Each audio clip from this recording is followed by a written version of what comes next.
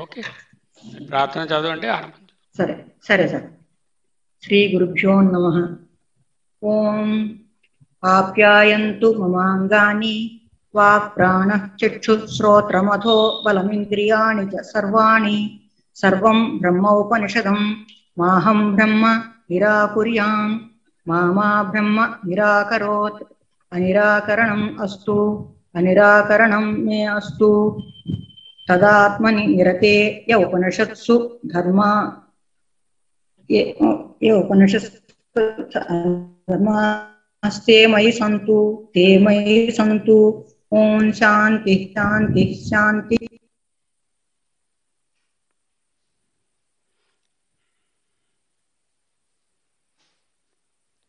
ఓం శ్రీ గురుభ్యో నమః. హరి ఓం. ఓం కేనేషితం పతతి ప్రేషితం మనః, కేన ప్రాణః ప్రథమః ప్రైతియుక్తః, కేనేషితం వాచమిమాం వదంతి చక్షుః శ్రోత్రం కవు దేవో యునక్తి. అది ప్రశ్న. శ్రోత్రస్య శ్రోత్రం మనసో మనో యత్ వాచో వాచం సౌ ప్రాణస్య ప్రాణః. చక్షుశ్చ చక్షుః అతిముచ్యధీరాః ప్రేత్యాస్మల్లోకాత్ అమృతా భవంతి అని గురుగారు చెప్పారు. శిష్యుడికి ఏం అర్థం కాల, క్వశ్చన్ మార్క్ మొహం పెట్టాడు. ఏమిటంటే నేను ఎవరో సుబ్బారావు గారు వెంకట్రావు గారు చేస్తున్నారు అన్నట్టు చూపిస్తారని నేను అనుకున్నాను. నాకు శ్రోత్రస్య శ్రోత్రం అన్నారు, మనసో మనో అన్నారు. కొంచెం సందేహం ఎక్కువగా ఉన్నట్టుగా, వచ్చిన పని అవుతుందా అని డౌట్గా కూర్చున్నాడు. ఆయన ఇంకా చెప్తున్నారు. న తత్ర చక్షుర్గచ్చతి న వాక్ గచ్చతి న మనః న విద్మః న విజానీమః యథైతదనుశిష్యాత్. నాయనా, నువ్వు అనుకుంటున్నటువంటి విషయం కనులకు గోచరము కాదు, మాటకు దొరకదు, మనసుకు అందదు. మాకు ఇది ఆబ్జెక్ట్గా తెలీదు. ఏ విధంగా నీకు బోధించాలో ఒక వస్తు రూపంగా అది కూడా మాకు తెలియదు అంటూ గురువుగారు అన్నారు. అని ఊరుకోలే, దాని కంటిన్యూషన్ అయితే యాక్చువల్గా 4వ మంత్రం కాదు, 3లో బి అన్నమాట. అన్యత్యేవ తత్ విదితాత్ అథో అవిదితాత్ అధి. విదితాత్ అన్యత్యేవ అథో మోరోవర్ అవిదితాత్ అధి, అవిదితాత్కు పైన. ఇది శృశ్రుమ పూర్వేషాం ఏనః తత్ వ్యచక్షిరే. దేనిని నహ మా కొరకు, ఏనా దేనిని వ్యాచక్షిరే బాగా వివరించి వ్యాఖ్యాతవంతంగా మాకు చెప్పారు. ఎవరు? పూర్వేషం, పూర్వీకులైనటువంటి వాళ్ళు, వాళ్ళ దగ్గర నుంచి ఇతి శుశ్రుమ ఈ విధముగా విని ఉన్నాము అని చెప్పారు. సరే, ఇప్పుడు మనము భాష్యంలోకి వద్దాం.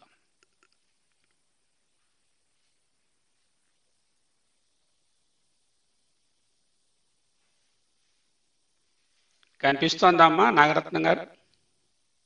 కనిపిస్తోంది సార్, ఇంకా రాలేదు శ్లోకం. వస్తోంది సార్. ఓకే,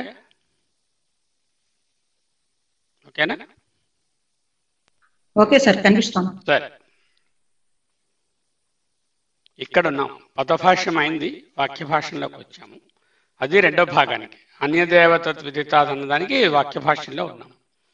అన్యదేవతత్ విదితాత్ అథో అవిదితాత్ అధి. అది అక్కడ ఉన్నటువంటి మాటలు. బ్రహ్మ విదితాత్ అన్యత్ అంటే తెలియబడే దానికంటే విలక్షణము. అన్యత్ అంటే ఆపోజిట్ అని కాదు. వేడికి చలువ, సుఖానికి దుఃఖం ఎలాగ ఆపోజిట్ అలా కాదు. తెలియబడే దానికి విలక్షణము అన్యత్. అలాగే అథో అదే విధముగా మోరోవర్ అవిదితాత్ అధి తెలియబడని దానికంటే కూడా అధి అంటే అతీతం అంటూ నేర్చుకున్నాం. ఓకే, ఈ రెండు పాయింట్లు విదితము కంటే విలక్షణము, అవిదితము కంటే కూడా అతీతము. తెలియబడని వానికంటే విలక్షణము అని అర్థం. అంతకంటే అంటే ఏమిటి? It is not a known object, neither it is unknown, neither it is not known. It is beyond or different from the known and also different from the unknown. Known ఏమిటి? Known is omet, that is object. ఈ object కన్నా అన్యము. అదే విధంగా తెలియకుండా ఎవరికి ఎప్పుడు ఎక్కడ ఏ ఒక్కనికో ఏ ఒక్క చోటో ఏ ఒక్క ప్రదేశంలోనో ఏ ఒక్క సమయం ఉందో దేశకాల పరిస్థితులు ఎక్కడికైనా ఎవరికైనా తెలిస్తే అది విదితాత్ అవుతుంది. ఆ విదితాత్ అన్యత్. అలాగే తెలియబడని దానికంటే కూడా విలక్షణము అంటే తెలుస్తుంది. అంటే ఆబ్జెక్టివిటీ వలన తెలియదు. It is not knowable. Knowable అంటే ఏమిటి? తెలిసినది కాదు, తెలియబడేది కాదు. ఎవడైతే తెలియవాడో వాడే బ్రహ్మాత్మ. లాస్ట్ టైం మనం చూశాం. ఏమిటి చూశాము? పిండితార్థం ఏమిటి? డిస్కషన్లో ఆయన పదభాష్యంలో బ్రహ్మ ఆత్మ ఇతి అంటూ డిరైవ్ చేశారు. ఆ బ్రహ్మ ఆత్మ ఇతి, ఆత్మవే బ్రహ్మ, బ్రహ్మ ఆత్మ ఇది అని చెప్పడమే అక్కడ పిండితార్థం. ఇక్కడ ఈ పక్కన చూడండి, ఇది ఆగమం అంటే ఈ విధముగా మనకు శృతుల వలన తెలిసినది. విదితాత్ అవిదితాభ్యాం, అవిదితాభ్యాం అన్యత్వం. విదితమునకు అవిదితమునకు, అభ్యాం అంటే ప్లూరల్, అన్యత్వం అంటే రెండు ఉన్నాయి కదా, విదితము అవిదితము, వాటికంటే అన్యత్. యోహి జ్ఞాత సహ ఏవ సహ అంటే ఏమిటి? ఎవడైతే తెలియవాడో సహ ఏవ బ్రహ్మాత్మ. యోహి జ్ఞాత సహ ఎవరైతే ఈ ఎలనన యో జ్ఞాత సహ ఏవ సహ సర్వాత్మకత్వాత్ ఎవడైతే తెలియవాడో వాడే బ్రహ్మ. ఈ ఏలనన సర్వం యొక్క సారతత్వము తెలియవాడు అదే కాబట్టి సర్వ ఆత్మకత్వాత్. అతః సర్వాత్మనః జ్ఞాతుః జ్ఞాత్ర అంతర అభావాత్ విదితాత్ అన్యత్వం. కావున సర్వస్వరూపుడై తెలియవానికి మరొక తెలియవాడు లేడు కనుక.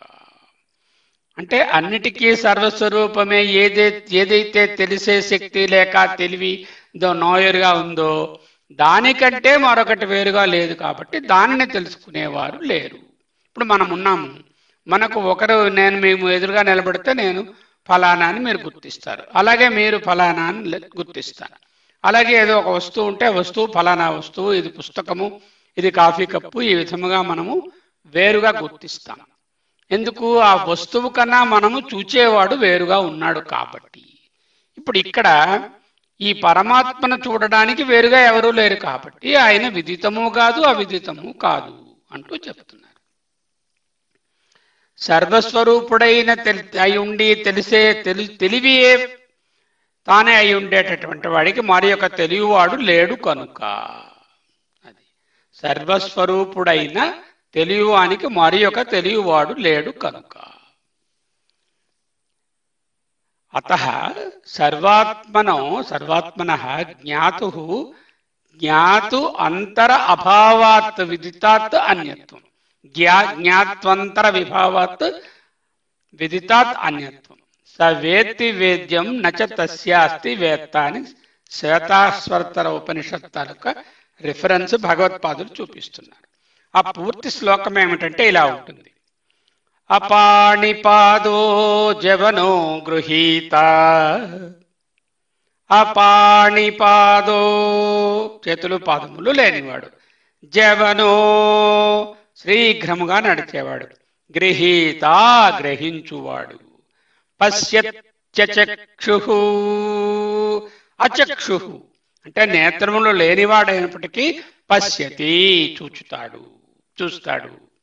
సశృణోతి అకర్ణః కర్ణములు లేకపోయినా చెవులు లేకపోయినా వింటాడు. అంటే కాళ్ళు చేతులు లేకపోయినా నడుస్తాడు, వేగంగా వెళతాడు, అన్నిటినీ గ్రహిస్తాడు. వెళ్ళడం అనేది పాదముల తాలూకా లక్షణం, గృహీత అనేది చేతుల తాలూకా లక్షణం. ఆ రెండు లక్షణాలు అవి లేకపోయినా ఉన్నాయి. కండ్లు లేకపోయినా చూస్తాడు, చెవులు లేకపోయినా వింటాడు. థర్డ్ లైన్ ఏమిటి? ఇక్కడ రాసింది, భగవత్పాదులు రాసింది, సవేత్తి వేద్యం నచ తస్యాస్తి వేత్త. సవేత్తి వేద్యం నచ తస్యాస్తి వేత్త. సహా ఆ పరమాత్మ వేద్యం తెలుసుకున్న దానిని, వేత్తి తెలుసుకొనుచున్నాడు. అంటే తెలిసిన దానిని, తెలియవలసిన దానిని, తెలియని దానిని, విదితాన్ని అవిదితాన్ని అన్నిటినీ కూడా వేత్తి తెలుసుకొనుచున్నాడు. తస్య అతని యొక్క, వేత్త తెలుసుకున్నవాడు, నచ అస్తి లేడు. ఎందుకు? He is the knower of known and the unknown. He is beyond both. He is beyond the known and beyond the unknown. So నవేత్తి వేద్యం నచ తస్యాస్తి వేత్త. సర్వస్వరూపుడై తెలియవానికి మరి యొక్క తెలియవాడు లేడు కనుక. అదే శ్వేతాశ్వత. ఆఖరి లైన్ ఏంటంటే తమాహురగ్రియం పురుషం మహాంతం. తం పురుషం ఆ పురుషుని, అగ్రియం శ్రేష్ఠుడైన వానినిగా, మహాంతం గొప్పవానినిగా, అంటే త్రివిధ పరిచ్ఛేద శూన్యునిగా, దేశకాల వస్తు అబాధ్యుడిగా, వాటితో విభజింపబడని వాడిగా ఆహుహు చెప్తున్నారు. ఇది శ్వేతాశ్వతర ఉపనిషత్తులో చెప్తుంది. ఏదైతే సర్వమును తెలుసుకునేటటువంటిదో దానిని తెలుసుకునేది మరొకటి లేదు కాబట్టి ఆయనను తెలియలేము. అది విదితము కాదు, అవిదితము కాదు అనడానికి సపోర్ట్ చెప్తున్నారు శృతి ప్రమాణం. అలాగే బృహదారణ్యక ఉపనిషత్తులో మైత్రేయి బ్రాహ్మణంలో 2వ అధ్యాయంలో మైత్రేయి యాజ్ఞవల్కుల సంవాదంలో విజ్ఞాతారమరేకేన విజానీయాత్ అని ఉంటుందన్నమాట. ఈ మంత్రం తాలూకా పూర్తి స్వరూపం ఏమిటంటే, యత్ర హి ద్వైతమివ భవతి, ఎప్పుడైతే రెండు అనేటటువంటివి గలవో, తదితర ఇతరం జిఘ్రతి, అప్పుడు ఇతరుడు ఇతరమును ఆఘ్రాణించును. జిఘ్రతి అంటే వాసన చూచును. తదితర ఇతరం పశ్యతి, అప్పుడు ఇతరమును చూచును. ఏమిటి దీని అర్థము? రామారావు గారు ఉన్నారు, ఎదురుగుండా కృష్ణారావు గారు ఉన్నారు, ఇద్దరు ఉన్నారు, రెండు భిన్నము, వేరువేరుగా ఉన్నారు, ద్వైతం ఉంది. రామారావు గారు కృష్ణారావు గారిని చూస్తారు, కృష్ణారావు గారు రామారావు గారిని చూస్తారు. రామారావు గారిని కృష్ణారావు గారు వింటారు, కృష్ణారావు గారిని రామారావు గారు వింటారు. అలాగే యత్ర హి ద్వైతమివ భవతి, ఎప్పుడైతే రెండు ఉండునో అప్పుడు ఇతరుడు ఇతరమును ఆఘ్రాణించును, అప్పుడు ఇతరుడు ఇతరమును చూచును. ఇలాగే మిగతావు కూడా. తదితరం ఇతరం శృణోతి, తదితరం ఇతరం అభివదతి, తదితర ఇతరం మనుతే, తదితర ఇతరం విజానాతి. అంటే ఏం చెప్తున్నారు? ఇతరుడు ఇతరమును వినును, ఇతరుడు ఇతరమును పలుకును, ఇతరుడు ఇతరమును తలపోయును, మనుతే, తదితర ఇతరమును తెలియను, విజానాతి. ఎప్పుడైతే వీళ్ళకి సర్వము ఆత్మయే అయిపోయిందో, అంటే ఇద్దరు లేరు, యత్ర వాస్య సర్వాత్మ ఇవ భూత్, అప్పుడు ఇద్దరికీ ఉండేటటువంటి వ్యత్యాసం పోయి అక్కడ ద్వైతము లేకుండా, రెండు లేకుండా ఒక్కటే అభిన్నంగా ఏకత్వంగా ఉంటే, తత్ కేనకం జిఘ్రేత్, దేనిని ఎవరు వాసన చూస్తారు? కేనకం పశ్యేత్, దేనిని ఎవరు చూస్తారు? కేనకం శృణుయాత్, కేనకం అభివదేత్, కేనకం మన్వీత తలపోస్తారు, తత్ కేనకం విజానీయత్, ఎవరిని తెలుసుకుంటారు? ఒక్కరమే ఉన్నాం అనుకోండి, అప్పుడు మన ఇంక ఆబ్జెక్ట్స్ కాదు, ప్రపంచం కాదు, ఏదీ లేదు చుట్టూ. అప్పుడు దేనితో దేనిని చూడడము, దేనితో దేనిని మాట్లాడటము, దేనితో దేనిని వినడము, దేనితో దేనిని తలపోయడము, రెండంటే ఉంటాయి కదా. ఇది ఉంటే ఓహో నాకు మైసూర్ పాకు, అది రెండో వస్తువు కాబట్టి తలపోస్తున్నాం.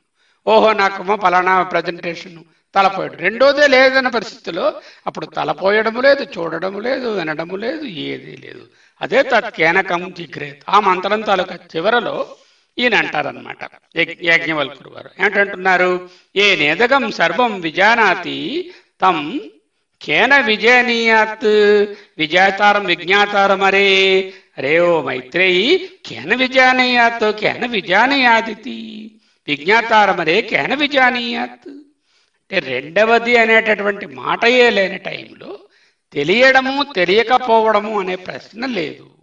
విదితము అవిదితము అనేటటువంటి సందర్భము పరమాత్మ విషయంలో ఉండదు. ఏదైతే ఓమాక్ట్ అయి ఉంటుందో, ఏదైతే మనోబుద్ధీంద్రియాలకు దేహాత్మ సంఘాతానికి మనకు గోచరించబడుతూ ఉంటుందో అటువంటి దానికి తెలియడము తెలియకపోవడము, చూడడము చూడకపోవడము అనేటువంటి ఉంటాయి. కానీ ఏది అయితే వీటన్నిటికీ ఆత్మతత్వమై తెలుసుకునే తెలివి అవుతుందో దానిని తెలియబడే దానిని ఆత్మ అని తెలియను. కానీ ఆత్మను తెలియవాడు మరొక జ్ఞాత లేడు అని ఉపనిషత్ మంత్రము చెప్పుచున్నది. అదే ఈ రెండు ఉపనిషత్తుల్లో ఇక్కడ కోట్ చేశారు. ఓ మైత్రేయి, తెలియవానిని దేనిచే తెలియగలము అంటారన్నమాట. తెలియవానిని దేనిచే తెలియనగును, తెలియట సంభవము కాదు అని బృహదారణ్యక ఉపనిషత్తు. అదే ఆ మంత్రాన్ని మనం పూర్తి స్వరూపాన్ని చూశాం. యత్ విదితం, ముందే చెప్పారు ఈ విషయం, యత్ విదితం తత్ వ్యక్తం తత్ అన్య విషయత్వాత్ అల్పం స విరోధం తతః అనిత్యం. మీరు ఒక్కసారి వెనక్కి కానీ చూడగలిగితే మన దాంట్లోనేమో మీకు కనిపిస్తుంది. అది కూడాను యద్ విదితం తద్ అల్పం మర్త్యం దుఃఖాత్మకం చ ఇతి హేయం. అది ఏ పేజీలో ఉందంటే మీకు చూపిస్తాను. ఆ పేజీ కూడా మీ పుస్తకాలు చూస్తున్న వాళ్ళు ఆ పేజీని కూడా మీరు చూడవచ్చు. 38వ పేజీలో ఉంది. 38వ పేజీలోకి వెళితే మీకు కనిపిస్తుంది. ఏం చెప్పారు అక్కడ? యద్ విదితం తద్ అల్పం. ఏదైతే తెలిసినటువంటి వస్తువు అవుతుందో అది అనంతము కాదు, అల్పమవుతుంది. అల్పము అంటే అలా అనండింగ్ గా ఉండేది కాదు అని. మర్త్యం అగైన్ లిమిటెడ్ ఇన్ టైం. దుఃఖాత్మకం బికాస్ దాంట్లో మార్పులు వస్తాయి, ఆ మార్పుల వలన సుఖ దుఃఖాలు కలుగుతాయి. చ హేయం. విదితానికి 4 లక్షణాలు చెప్పారు. 1 అల్పము, 2 మర్త్యము, 3 దుఃఖాత్మకము, 4 హేయము. అదే విషయాన్ని ఇక్కడ చెప్తున్నారు.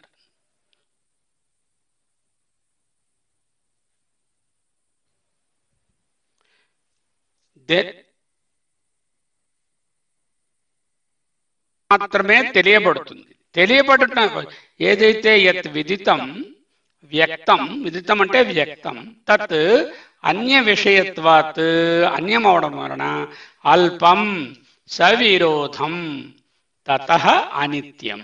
అక్కడ చెప్పిన మాటలే ఇక్కడ చెప్తారు. అతః ఏవ అనేకత్వాత్. 42వ పేజీలో ఉన్నాను. మీకు కనబడకపోతే ఎవరైనా చెప్పండి, కనబడుతుంటే పర్వాలేదు, కనబడుతూ ఉంటే చెప్పక్కర్లేదు. అతః ఏవ అనేకత్వాత్ అశుద్ధం. ఎందుకు అనేకత్వాత్ అశుద్ధం? అనేకంగా ఉంటే అశుద్ధం అయిపోతుందా? అనేకములో ఏమిటి? శుద్ధము ఉంటుంది, అశుద్ధము ఉంటుంది.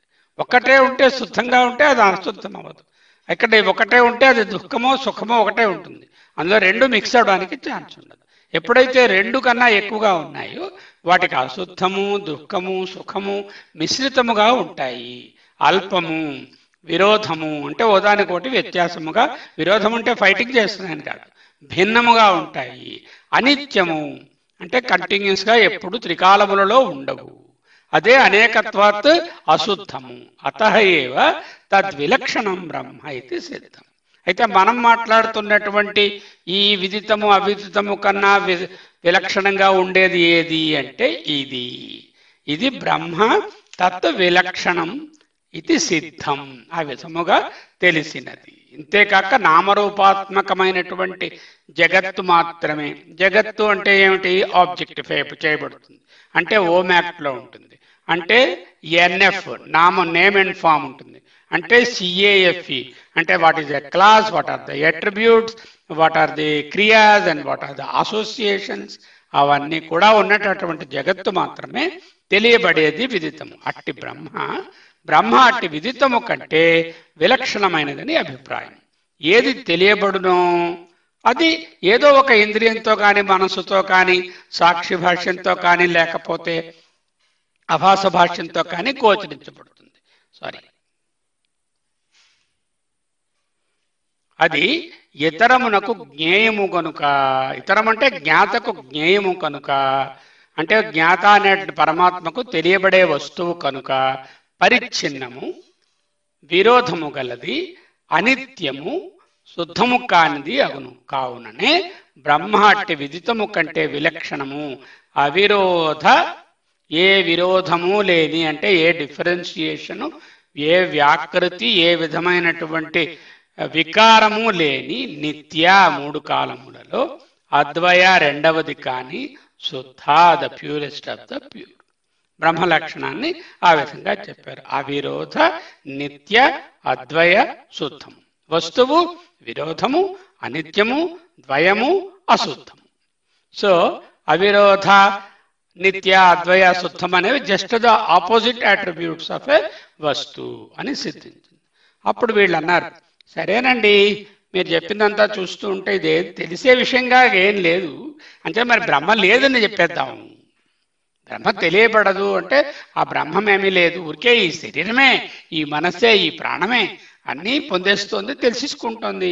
మరి దీనికన్నా వేరే మరొకటి ఉన్నాదని, అది దీనికన్నా విలక్షణమని, అది అవిరోధమని, అది నిత్యమని, అద్వయమని, శుద్ధమని ఎందుకండి ఈ కల్పనలన్నీ? బ్రహ్మ తెలియబడదు, okay, go close the class and finish, that's all, there is no Brahma అని కన్క్లూడ్ చేసేద్దాం అన్నారు. తరిహి అవిదితం అంటే సరిపోతుంది కదా అంటే గురువుగారు అంటున్నారు, నా అది సరికాదు స్వామి, అది అవిదితము కాదు. ఎందుకు అవిదితము కాదు? దానికి చక్కని సిద్ధాంతాన్ని తీసుకొస్తున్నారు ఇక్కడ.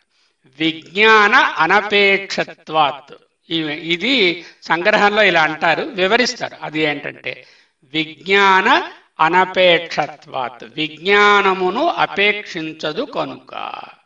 ఏమిటి విజ్ఞానాన్ని అపేక్షించడం ఏమిటండి? అపేక్షించడం, మనకి ఏదైనా ఒక విషయం తెలియలేదనుకోండి, అది తెలుసుకోవాలి అనేటటువంటి అపేక్ష ఉంటుంది కదా. మనకు తెలిసిన విషయాన్ని మళ్ళీ తెలుసుకోవాలనే అపేక్ష ఉండదు కదా. 4వ మంత్రంలో ఏమి ఉన్నది అది మనకి తెలియదు కాబట్టి అది తెలియాలనేటువంటి అపేక్ష ఉంటుంది. అలాగే మన కేనోపనిషత్తు, కఠోపనిషత్తులో ఏమేమి విషయములు చెప్పబడతాయి అది తెలియదు కాబట్టి తెలియాలనే అపేక్ష ఉంటుంది. ఏ విషయమైతే మనకు అవిదితము, ఆ అవిదితము పట్ల మనకు అపేక్ష అంటే తెలుసుకోవాలనే ఒక కోరిక ఉంటుంది. అపేక్ష అంటే అది విజ్ఞాన అనపేక్షత్వాత్, విజ్ఞానం యొక్క అపేక్ష లేదు కనుక. ఎందుకు లేదు? బ్రహ్మకు తెలుసుకోవాలనే అపేక్ష ఎందుకు లేదు? నాకు ఉంది కదా బ్రహ్మను తెలుసుకోవాలని. బ్రహ్మం అనే దానికి విజ్ఞానమైన అపేక్ష లేదు అని ఎందుకు అంటున్నాము అంటే, తెలియబడదో దానికి విజ్ఞానం యొక్క అపేక్ష ఉంటుంది. ఏదైతే తెలియబడదో అంటే మనకు తెలియలేదో అటువంటి దానికి తెలుసుకోవాలనే అపేక్ష ఉంటుంది. కానీ ఇది స్వయంగా ఇదే తెలివి, బ్రహ్మమే తెలివి. బ్రహ్మమే తెలివి అయినప్పుడు దానిని తెలుసుకోవాలనే అపేక్ష ఎక్కడ ఉంటుంది? మానవుడు తెలియని దానిని తెలియటకై ప్రవర్తిస్తాడు. మన తాలూకా ప్రయత్నాలు అన్నీ ఎలా ఉంటాయి? ఓహో అలా సినిమా చూసారా, మేము చూసామండి, మరి రావండి. చూడలేదనుకోండి, తెలియదు కాబట్టి చూడాలని ఉంటుంది. ఆ ప్లేస్కి విజిట్ చేద్దామండి, ఇప్పుడేమో మేము షిలాంగ్ వెళదాం అనుకుంటున్నామండి, మేము లాస్ట్ ఇయర్ వెళ్ళొచ్చేసామండి, మీరు వెళ్ళి చూసిరండి. ఏదైతే మనము చూడలేదో తెలుసుకోలేదో దానిని తెలియాలి, తెలుసుకోవాలనే అపేక్షతోనే మానవుడు ఉంటాడు. యది అవిదితం తద్ విజ్ఞాన అపేక్షం, ఏదైతే అవిదితమో దానిని తెలుసుకోవాలనే అపేక్ష ఉంది. అవిదిత విజ్ఞానాయ లోక ప్రవృత్తి, అవిదితమును తెలుసుకోవాలనేటటువంటి కోరికయే లోకము తాలూకా ప్రవృత్తి. ఏ బ్రహ్మమైతే విజ్ఞానం యొక్క అపేక్ష లేనిది ఈ బ్రహ్మ. ఎందువలన? ఇదంతో విజ్ఞాన అనపేక్షం. ఈ బ్రహ్మ అవుతే తు ఇదం విజ్ఞానానపేక్షం. విజ్ఞానము తెలుసుకోవాలి అనే కోరిక లేదు. ఎందుకు? ఇది మనకు తెలియని విషయమే. తెలియని విషయం అవుతే మనకు తెలియాలనే కోరిక ఉండాలి కదా. ఇప్పుడు తెలియని విషయమైనా సరే ఎందుకు కోరిక లేదు? కస్మాత్, ఎందువలన అంటున్నారు. అంటే విజ్ఞానమే స్వరూపముగా కలది కనుక దానిని ఇంకొక విజ్ఞానముతో తెలుసుకోలేము కనుక. విజ్ఞాన స్వరూపత్వాత్ నహి యశయత్ స్వరూపం తత్తేన అన్యతః అపేక్షతే. హి, ఎందుకంటే దేనికి ఏది స్వరూపము? యస్య యత్ స్వరూపం, దేనికి ఏది స్వరూపము? హి అంటే ఎందుకంటే, హి దేనికి ఏది స్వరూపమో, యత్ యస్య స్వరూపం, తత్ తేన అన్యతః అపేక్షతే న, దానిని ఇతరము నుండి అపేక్షించదు. అది అపేక్ష లేకుండానే సిద్ధించుటచే. ఎలాగండి తెలిసింది?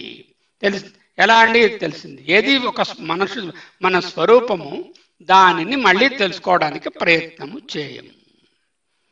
ఎలాగంటే ఫర్ ఎగ్జాంపుల్ మనకి ఆల్రెడీ మన దగ్గర ఒక స్వభావమో, ఒక వస్తువు, ఒక గుణమో, ఒకటో మనమే అయి ఉన్నాం అనుకోండి, అది మళ్ళీ మనం తెలుసుకోవాలని ప్రత్యేకమైన ప్రయత్నము చేయనక్కర్లేదు.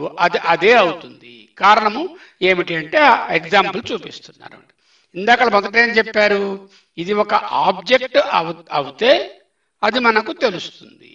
తెలిసినదంతా కూడా అన్యము, విరుద్ధము, అల్పము, దుఃఖము, అనిత్యం. దీనికి ఆపోజిట్, అది బాహ్యంగా ఉండడం వల్ల ఇది అవిరుద్ధము, నిత్యము, స్వరూప సిద్ధము. ఇదేమో ఎప్పుడు త్రికాల అబాధ్యము. దీనిలో ఏ విధమైనటువంటి దోషాలు లేవు. అయితే లేదనేద్దాము. లేదనేయడానికి కుదరదు. ఎందుకంటే దీనికి తెలుసుకోవాలనే అపేక్ష ఉండదు. ఎందుకు ఉండదు? తెలియని దాన్ని తెలుసుకోవాలని ఎవరికైనా ఉంటుంది కదా. ప్రపంచమంతా దాని మీదే కదా ఉంది. మనకు తెలియని విషయాలను తెలుసుకోవాలనే ప్రతిరోజు మానవుడు కొత్త విషయాలను తెలుసుకుంటాడు. కరోనా వ్యాక్సిన్ ఎప్పుడు వేస్తారు? ఇవాళ తెలియదు. తెలుసుకోవాలి. ఏనాటి నుంచి వేస్తారు, ఎక్కడ వేస్తారు తెలియదు. తెలుసుకోవాలంటుంది. తెలియని విషయాలను తెలుసుకోవడానికే మానవుడు ప్రయత్నం చేస్తూ ఉంటాడు.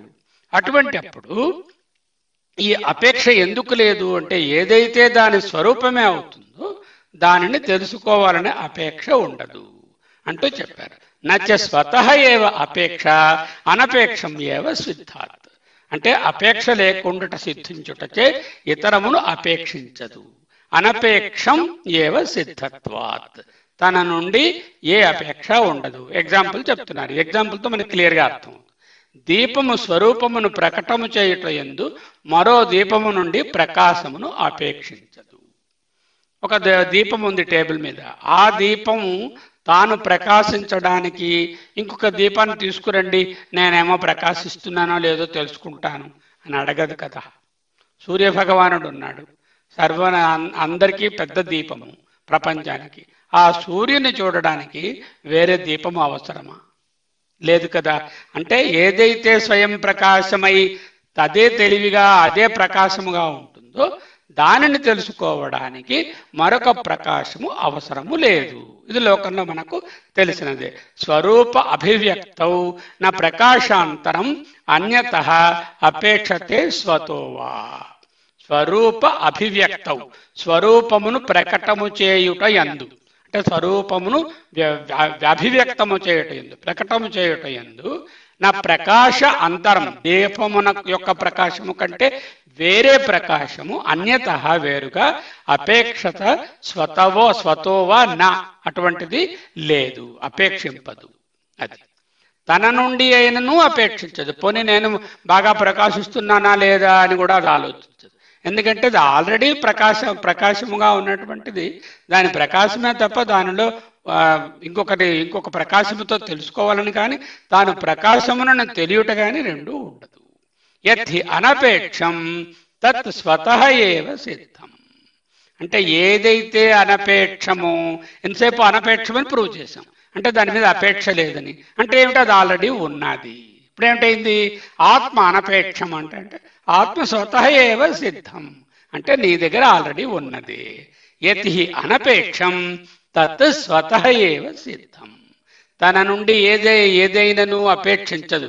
ఏది అపేక్ష లేనిదో అది తనంత తానునే సిద్ధించినది కదా. ఇక్కడ అపేక్ష దీపమునకు వేరే దీపము కావాలనే అపేక్ష లేదు. ఎందుకు? ప్రకాశమునకు తనకు స్వయముగా అది ప్రకాశము కనుక, దీపం ప్రకాశమే స్వరూపముగా కలది కనుక ఇంకో ప్రకాశమును అపేక్షించిన ప్రకాశంలో తేడా ఉండదు, అపేక్షించదు. ప్రకాశాత్మకత్వాత్ ప్రదీపస్య అపేక్షితః అపి అనర్థకః స్యాత్. ప్రకాశాత్మకత్వాత్ అంటే ప్రకాశమే స్వరూపముగా కలది కనుక ప్రదీపస్య దీపమునకు అపేక్షితః అపి అనర్థకః స్యాత్. ఇంకో ప్రకాశమును అపేక్షించడము ఏది ఉండదు. ఉన్నా కూడా అది అర్థకము కాదు, అంటే ఏ విధమైనటువంటి ప్రయోజనము ఉండదు, అంటే వ్యర్థము అగును. అర్థము కాలేదు, అర్థంగా ఉండదు అంటే అనర్థకము, అంటే వ్యర్థము. ప్రకాశే విశేషాభావాత్ దీపము తన స్వరూపమును ప్రకటము చేయుట యందు ఇంకో దీపం ప్రకాశము అవసరము లేదు. ప్రకాశాత్మకత్వాత్ ప్రకాశమయ స్వరూపముగా కలిగిన ప్రదీపస్య దీపము యొక్క అపేక్షితః అపి ఇంకొక దీపము యొక్క అపేక్ష కూడా అనర్థకః స్యాత్. ఓకే, ప్రకాశే విశేషాభావాత్ నహి ప్రదీపస్య స్వరూపాభివ్యక్తౌ ప్రదీప ప్రకాశ అర్థవాన్. దీపము తన స్వరూపమును ప్రకటము చేయుట యందు ఇంకొక దీపం ప్రకాశము అవసరము కాదు అనేటటువంటి విషయంలాగే ఇదే విధముగా ఏవం ఆత్మనః అన్యత్ర విజ్ఞానం అస్తి న ఏన స్వరూప విజ్ఞానే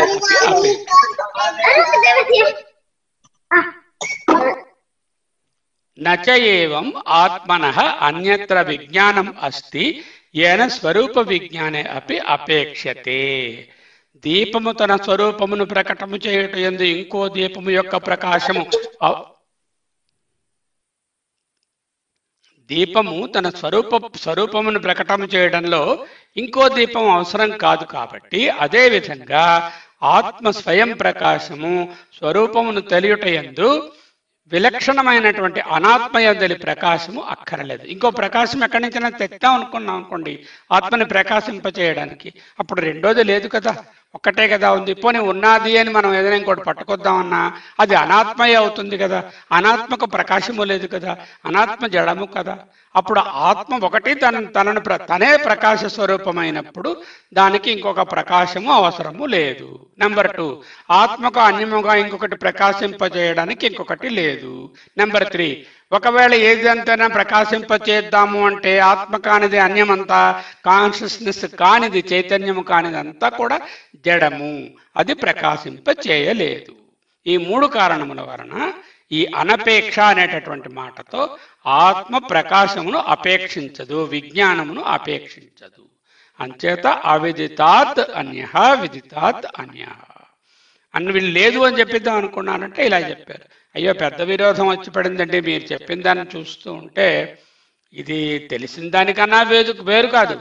పోనీ ఏదైనా అపేక్షతో తెలుసుకుందామో పలానా విధముగా ప్రయత్నము చేసి తెలియని దానిని తెలుసుకున్న విధముగా, తెలియని ఊరిని ఆ ఊరు వెళ్ళి తెలుసుకున్న విధముగా, తెలియని పాఠాన్ని పుస్తకం చదివి తెలుసుకున్న విధముగా, తెలియనటువంటి వ్యక్తిని పరిచయం చేయించుకుని తెలుసుకున్న విధముగా అవిదితాన్ని కూడా తెలుసుకుందాము అంటే అది కూడా అపేక్ష లేదు పోండి అన్నారు మీరు. ఇక మా పని అంతే, పెద్ద విరోధం వచ్చింది అన్నారు. అయితే అంటున్నారు ఆయన అన్యత్వాత్ అని ఒకే మాటలో అన్నారు. ఆత్మ విలక్షణము అంటే ఈ విలక్షణత్వం ఏమిటో ఇప్పుడు నేర్పిస్తున్నారు మనకి. ఆత్మ అన్యత్వాత్ ఇట్టి చేత్ విరోధ అంటే విరోధ ఇతి చేత్ అంటే నా, అది సరికాదండి అంటూ చెప్తూ అన్యత్వాత్ సంగ్రహంగా ఆత్మ విలక్షణము కనుక. ఏమిటి ఈ విలక్షణత్వము? ఆత్మ తాలూకా విలక్షణత్వం. స్వరూప విజ్ఞానే విజ్ఞాన స్వరూపాత్ విజ్ఞానాంతరం అపేక్షిత ఇది ఏతద్ అసత్. ఆత్మ విజ్ఞానమే స్వరూపంగా కలది కనుక ఆత్మస్వరూపమును తెలియట యందు మరి యొక్క విజ్ఞానము అపేక్షితము కాదు, ముందు చెప్పిన స్టేట్మెంటే అనేటటువంటి వాదము తప్పండి. మీరు ఇంతసేపటి ఏం చెప్తున్నారు? ఆత్మ తెలియనిది తెలిసినది కాదు అన్నారు. ఓకే, అవిదితం విదితము కాదు అన్నారు. ఓకే, అప్పుడు అవిదితం అయి ఉండాలి కదా. అవిదితం అయితే అపేక్ష ఉండాలి కదా. అపేక్ష ఉండాలంటే తెలియచెప్పబడేటటువంటి ఒక మార్గం ఉండాలి కదా. మీరేంటంటున్నారు అలాంటిది కూడా లేదు, దీనిని తెలుసుకునే మార్గమే లేదు, దీనికి అటువంటి అపేక్ష లేదు, దీనిని ప్రకాశింప చేసేది లేదు అని చెప్తున్నారు కదా. అది తప్పండి మీ వాదన అంటున్నారు. ఆత్మ విజ్ఞానమే స్వరూపంగా గలది కనుక ఆత్మస్వరూపమును తెలియటం మరొక విజ్ఞానం అపేక్షితము కాదు అనే వాదము తప్పు. ఎందుకు తప్పు అంటున్నారు వీళ్ళు, పూర్వపక్షం వాళ్ళు? ఆత్మ విషయంలో దేహాదులు ఆత్మ అనే విపరీత జ్ఞానము అనుభవములో ఉన్నది. నెంబర్ 1 ఏమిటి? ఎవరైనా సరే హూ ఆర్ యూ అని నన్ను అడిగారు అనుకోండి, ఫస్ట్ ఆన్సర్ నేను చెప్తాను, నేనేమో ఐఎమ్ సో మై నేమ్ ఈ శర్మ. సో అక్కడి నుంచి ఇంకో గురువు గారి దగ్గరకు ఒక ఆయన వెళ్ళాడు. వెళ్ళిన తర్వాత ఆయన అడిగారు, వెళ్ళిన తర్వాత నమస్కారం పెట్టారు. ఎవరండి మీరు? నేను ఫలానా సుబ్బారావు. ఏ ఊరండి? ఇంకా చెప్పండి అన్నాడు. అంటే పలానా ఊరు వాడిని అండి. ఇంకా చెప్పండి. ఇంకా మళ్ళీ ఎవరండి అన్నాడు. మళ్ళీ ఎవరండి? అలా అడుగుతూ ఉంటే ఆయన పలానా ఊరు వాడిని, పలానా ఉద్యోగం చేస్తున్నాను, పలానా వారి కొడుకుని, పలానా వారి తండ్రిని, పలానా ఎంతమంది పిల్లలు, ఎంత డబ్బు నాది, ఈ విధమైనటువంటి ఉద్యోగం చేస్తున్నాను, ఏ వయసు వాడిని, ఇలా చెప్పుకుంటూ పోయాడు. అలా 15-20 సరే ఇంకా ఆయన అడుగుతున్నారు గురువు గారు. అంతేనండి, నాకేం ఇంకా మరి అంతకన్నా నా గురించి నాకేం తెలియదు, ఆ పరమాత్మకే తెలియాలని. ఇంతకన్నా నా గురించి నాకేం తెలీదు. ఆ మన కూడా అలాగే ఎవరిని డిస్క్రైబ్ చేయమని అనుకుంటే 15, 20, 25 దాటితే, అట్రిబ్యూట్స్ దాటితే మనము ఇది అని మనం చెప్పలేము. అప్పుడు ఏంటవుతుంది? ఆ భగవంతుడిగా తెలియాలి. మరి మీరు అడుగుతున్న క్వశ్చన్కి ఆన్సర్ నేను ఎవరో ఆయనకి, ఆ పరమాత్మకే తెలియాలి. ఏమిటన్నారు అన్నారు? పరమాత్మకే తెలియాలి అన్న. అంటే ఆత్మ అంటే అదేనండి, మీరు ఏదైతే పరమాత్మకే తెలియాలి, మీరెవరో పరమాత్మకే తెలుసు అన్నారు చూసారో, అదే కరెక్ట్ అయిన ఆన్సర్. అంటే మీరే ఆత్మ అంటూ ఆయన అక్కడ చెప్పారు. ఈ విధంగా ఏంటంటే ఇంకో విషయం కూడా, మనకి ఏదైనా ఒక విషయాన్ని తెలుసుకోవాలి అంటే ఫస్ట్ మనము దేహము అనే భావంతోనే తెలుసుకోవాలి అనేటువంటి కోరికతో ఉంటాం. మీరు ఆ ఊరు వెళ్ళారా అండి? వెళ్ళలేదు. ఎవరు వెళ్ళలేదు? ఈ బిఎంఐ వెళ్ళలేదు. మీకు వాళ్ళు తెలుసా అంటే తెలియదు. ఎవరికి తెలియదు? ఈ ఉపాధికి తెలియదు. అంటే దేహాదులు, దేహేంద్రియ సంఘాతమే ఆత్మ, మనమే ఆత్మ అనే భావనలో వాడేమో చాలా దుష్టాత్ముడండి, వీడేమో చాలా మహాత్ముడండి, ఈయన చాలా మహాత్ముడండి, ఆయన దుష్టాత్ముడండి, ఆత్మ క్షోభిస్తుందండి, వాడికి ఆత్మజ్ఞానం లేదండి, లేదంటే వాడికేమో ఆత్మభావం లేదండి, వాడికి ఇలా ఈ విధంగా ఆత్మ అనేది శనగపప్పు వాడినట్టు మాటికి మనం వాడిస్తూ ఉంటాం. వేరుశనగపప్పు బద్దలు ఎలా మనం నవిరిస్తూ ఉంటాం, అలా ఆత్మని అన్నిటికీ వాడిస్తూ ఉంటాం. ముఖ్యంగా ఈ దేహేంద్రియ సంఘాతమే ఆత్మ అనే భావనలో మనం వాడుతూ ఉంటాం. పైగా ఆత్మ విషయంలో యథార్థ జ్ఞానం కూడా, కొంతమంది మహాత్ములు ఉంటారు, మేము ఆత్మ దర్శనము చేశాము అంటూ శిష్యులకు బోధిస్తారు. అంటే వాళ్ళు ఎక్కడికో వెళ్ళారని, ఏదో ఒకటి చూశారని, ఏదో పట్టుకున్నారని, అక్కడ ఒక రూపంలో పట్టుకున్నారని కాదు, ఆత్మ దర్శనం చేశాం అంటే వాళ్ళు అవునని చెప్తున్నారు కదా, వాళ్ళు చూసామంటున్నారు. తర్వాత కొంతమంది మాకు తెలియదు మొర్రో, మేము దేహమే ఆత్మ అనుకుంటున్నాం అంటున్నారు. ఒక పక్కనేమో ఆత్మ తెలియక దేహాన్ని ఆత్మతో కన్ఫ్యూజ్ అయిపోతున్న వాళ్ళు ఉన్నారు, ఇంకో పక్క దేహము ఆత్మ కాదు, నేను ఆత్మని తెలుసుకున్న వాళ్ళు ఉన్నారని తెలుస్తున్నారు. మరి అలాంటప్పుడు మీరేమో తెలియడానికి వేరే మార్గం అక్కర్లేదండి అని ఎలా అంటారండి? రెండు రకాల వాళ్ళు మనకు కనిపిస్తున్నారు కదా ప్రపంచంలో. దేహాన్ని, దేహేంద్రియ సంఘాతాన్ని ఆత్మ అనుకునేటటువంటి 99.99 మంది ఉన్నారు. ఏ 1,00,00,000 ఒక మహాత్ముడు ఆత్మను తెలుసుకున్నాను అని మనకు ఇతరులకు తెలియజెప్తున్నటువంటి వాళ్ళు ఉన్నారు. అటువంటి వాళ్ళు ఉన్నప్పుడు మీరు విజ్ఞానం అపేక్ష లేదు, వేరే విషయమైనటువంటి బోధన అక్కర్లేదు అంటూ మీరు ఎందుకు చెప్తారు? అది ఎలా సమంజసము అంటున్నారు. ఆత్మ విషయంలో యథార్థ జ్ఞానం కూడా మహాత్ముల అనుభవంలో ఉన్నదే. నాకు ఆత్మ తెలిసింది అన్న వాళ్ళు ఉన్నారు కదా, అలా చెప్తున్నారు కదా, నేను ఆత్మ దర్శనం చేశాను, నేను ఆత్మస్వరూపాన్ని చూశాను అంటున్న వాళ్ళు ఉన్నారు కదా. అటువంటి వాళ్ళు ఉన్నప్పుడు మీరు ఎలాగండి మరి ఆత్మకు వేరే అక్కర్లేదు? ఈ విషయాన్ని శృతి కూడా చెప్తోంది. దీనికి వాళ్ళు శృతి ప్రమాణాలు కూడా చెప్పేశారు. ఏమిటి చెప్పారు? తత్వమసి. చాందోగ్యంలో మన గురువు గారు చెప్పినట్టు పలుసార్లు తత్వం అసి అంటూ బోధించబడుతుంది. శ్వేతకేతో తత్వమసి, తత్వమసి, తత్వమసి, తత్ త్వం అసి. ఆ మూడు పదాలని విడివిడిగా చూస్తే తత్ అంటే ఆ పరమాత్మ, త్వం నీవు అంటే జీవాత్మ, అసి అయి ఉన్నావు. ఇప్పుడు ఆ తత్వమసి నిజంగా అది అనుభవంలోకి వచ్చిన తర్వాత ఈ త్వం అనేది మరి ఉండదు కదా. అప్పుడు తదస్తి, అది ఉన్నది అని వస్తుంది. తత్వం అసి, తత్ త్వం అసి. తత్ అంటే ఆ పరమాత్మ, త్వం నీవు, అసి అంటే రెండు ఉన్నట్టుగా కనిపిస్తుంది.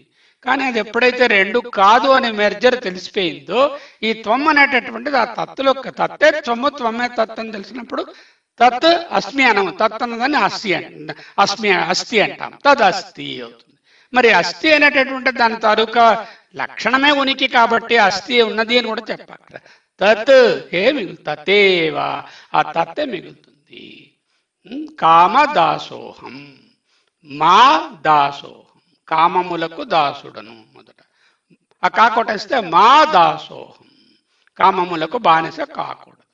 మా దాసోహం, మా కొట్టేస్తే దాసో అహం, నేను దాసుడను. ఎవరకు? పరమాత్మకు. దాసోహంలో దా కొట్టేస్తే సోహం, సహ అహం, నేనే అది. ఆ తర్వాత సోహంలో అహం మరి ఉండదు కదా, సో సహా ఉంటుంది. సహా అంటే ఆ పరమాత్మయే ఉంటుంది.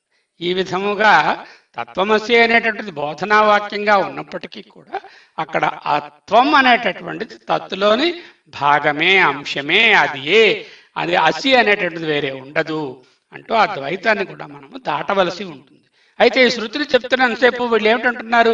తత్వం అసి అన్నారు కదండి, ఈ త్వమ్మని ఒకడు ఉన్నాడు కదండి, తత్వని పరమాత్మ ఉంది కదండి, నువ్వు అయి ఉన్నావని బోధిస్తున్నారు కదండి, అంటే ఏంటండి ఆ తత్వం తెలుసుకోవడానికి ఒక మార్గం ఉంది కదండి అంటూ వీళ్ళు వాదిస్తున్నారు అన్నమాట.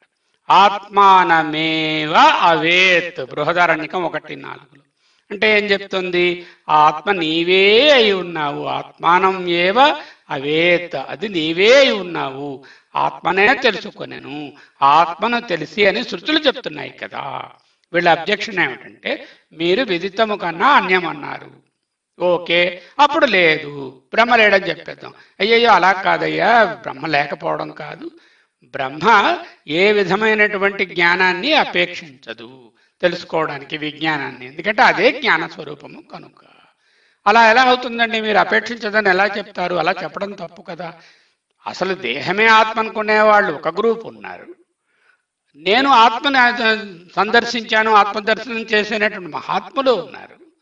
ఇది కాకుండా నువ్వు ఆత్మ అంటూ బోధించేటటువంటి ఉపనిషత్తు వాక్యాలు ఉన్నాయి.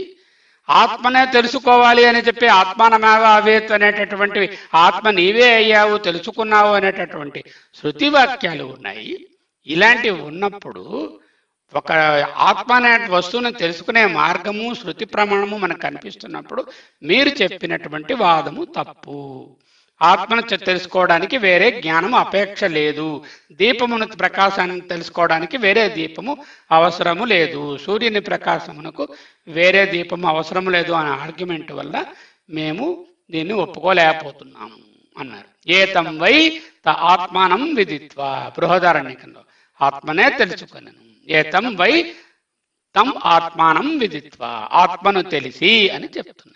ఆత్మను తెలియటందు మరొక విజ్ఞానం యొక్క అపేక్ష గలదు అంటూ ఈ పై శృతులలో చెప్పబడ్డాయి అంటూ వీళ్ళు ఆర్గ్యుమెంట్ చేశారు. ఈ పూర్వపక్షం వాళ్ళు కూడా బాగా చదువుకున్న వాళ్ళు, విజ్ఞానవంతులు, వాళ్ళకి అన్ని తెలుసును కాబట్టి వాళ్ళు పలానా శృతి ప్రకారంగా ఆత్మను తెలుసుకోవడానికి ఈ విధంగా చెయ్యాలి అంటూ మనకి బోధనలు ఉన్నాయి కదా, మరి అవన్నీ నిరర్థకమైపోతాయి కదా.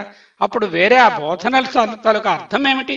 కావున పైవాదము ప్రత్యక్ష అనుభవమునకు శృతికి విరుద్ధము అన్నారు. ప్రత్యక్ష అనుభవం అనేటటువంటిది ఉన్నదన్నప్పుడు అప్పుడు శృతికి విరుద్ధం అవుతుంది మీరు చెప్పినటువంటిది అన్నచో అది సరికాదు.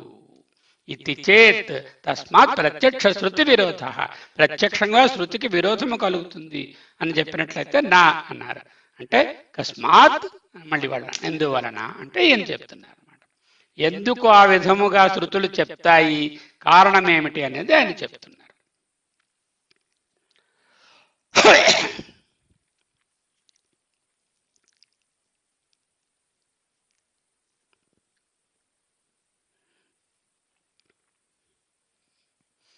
అన్యో హి సహ ఆత్మ బుద్ధ్యాది కార్యకరణ సంఘాత అభిమాన సంతాన అవిచ్ఛేద లక్షణ అవివేకాత్మకో బుద్ధి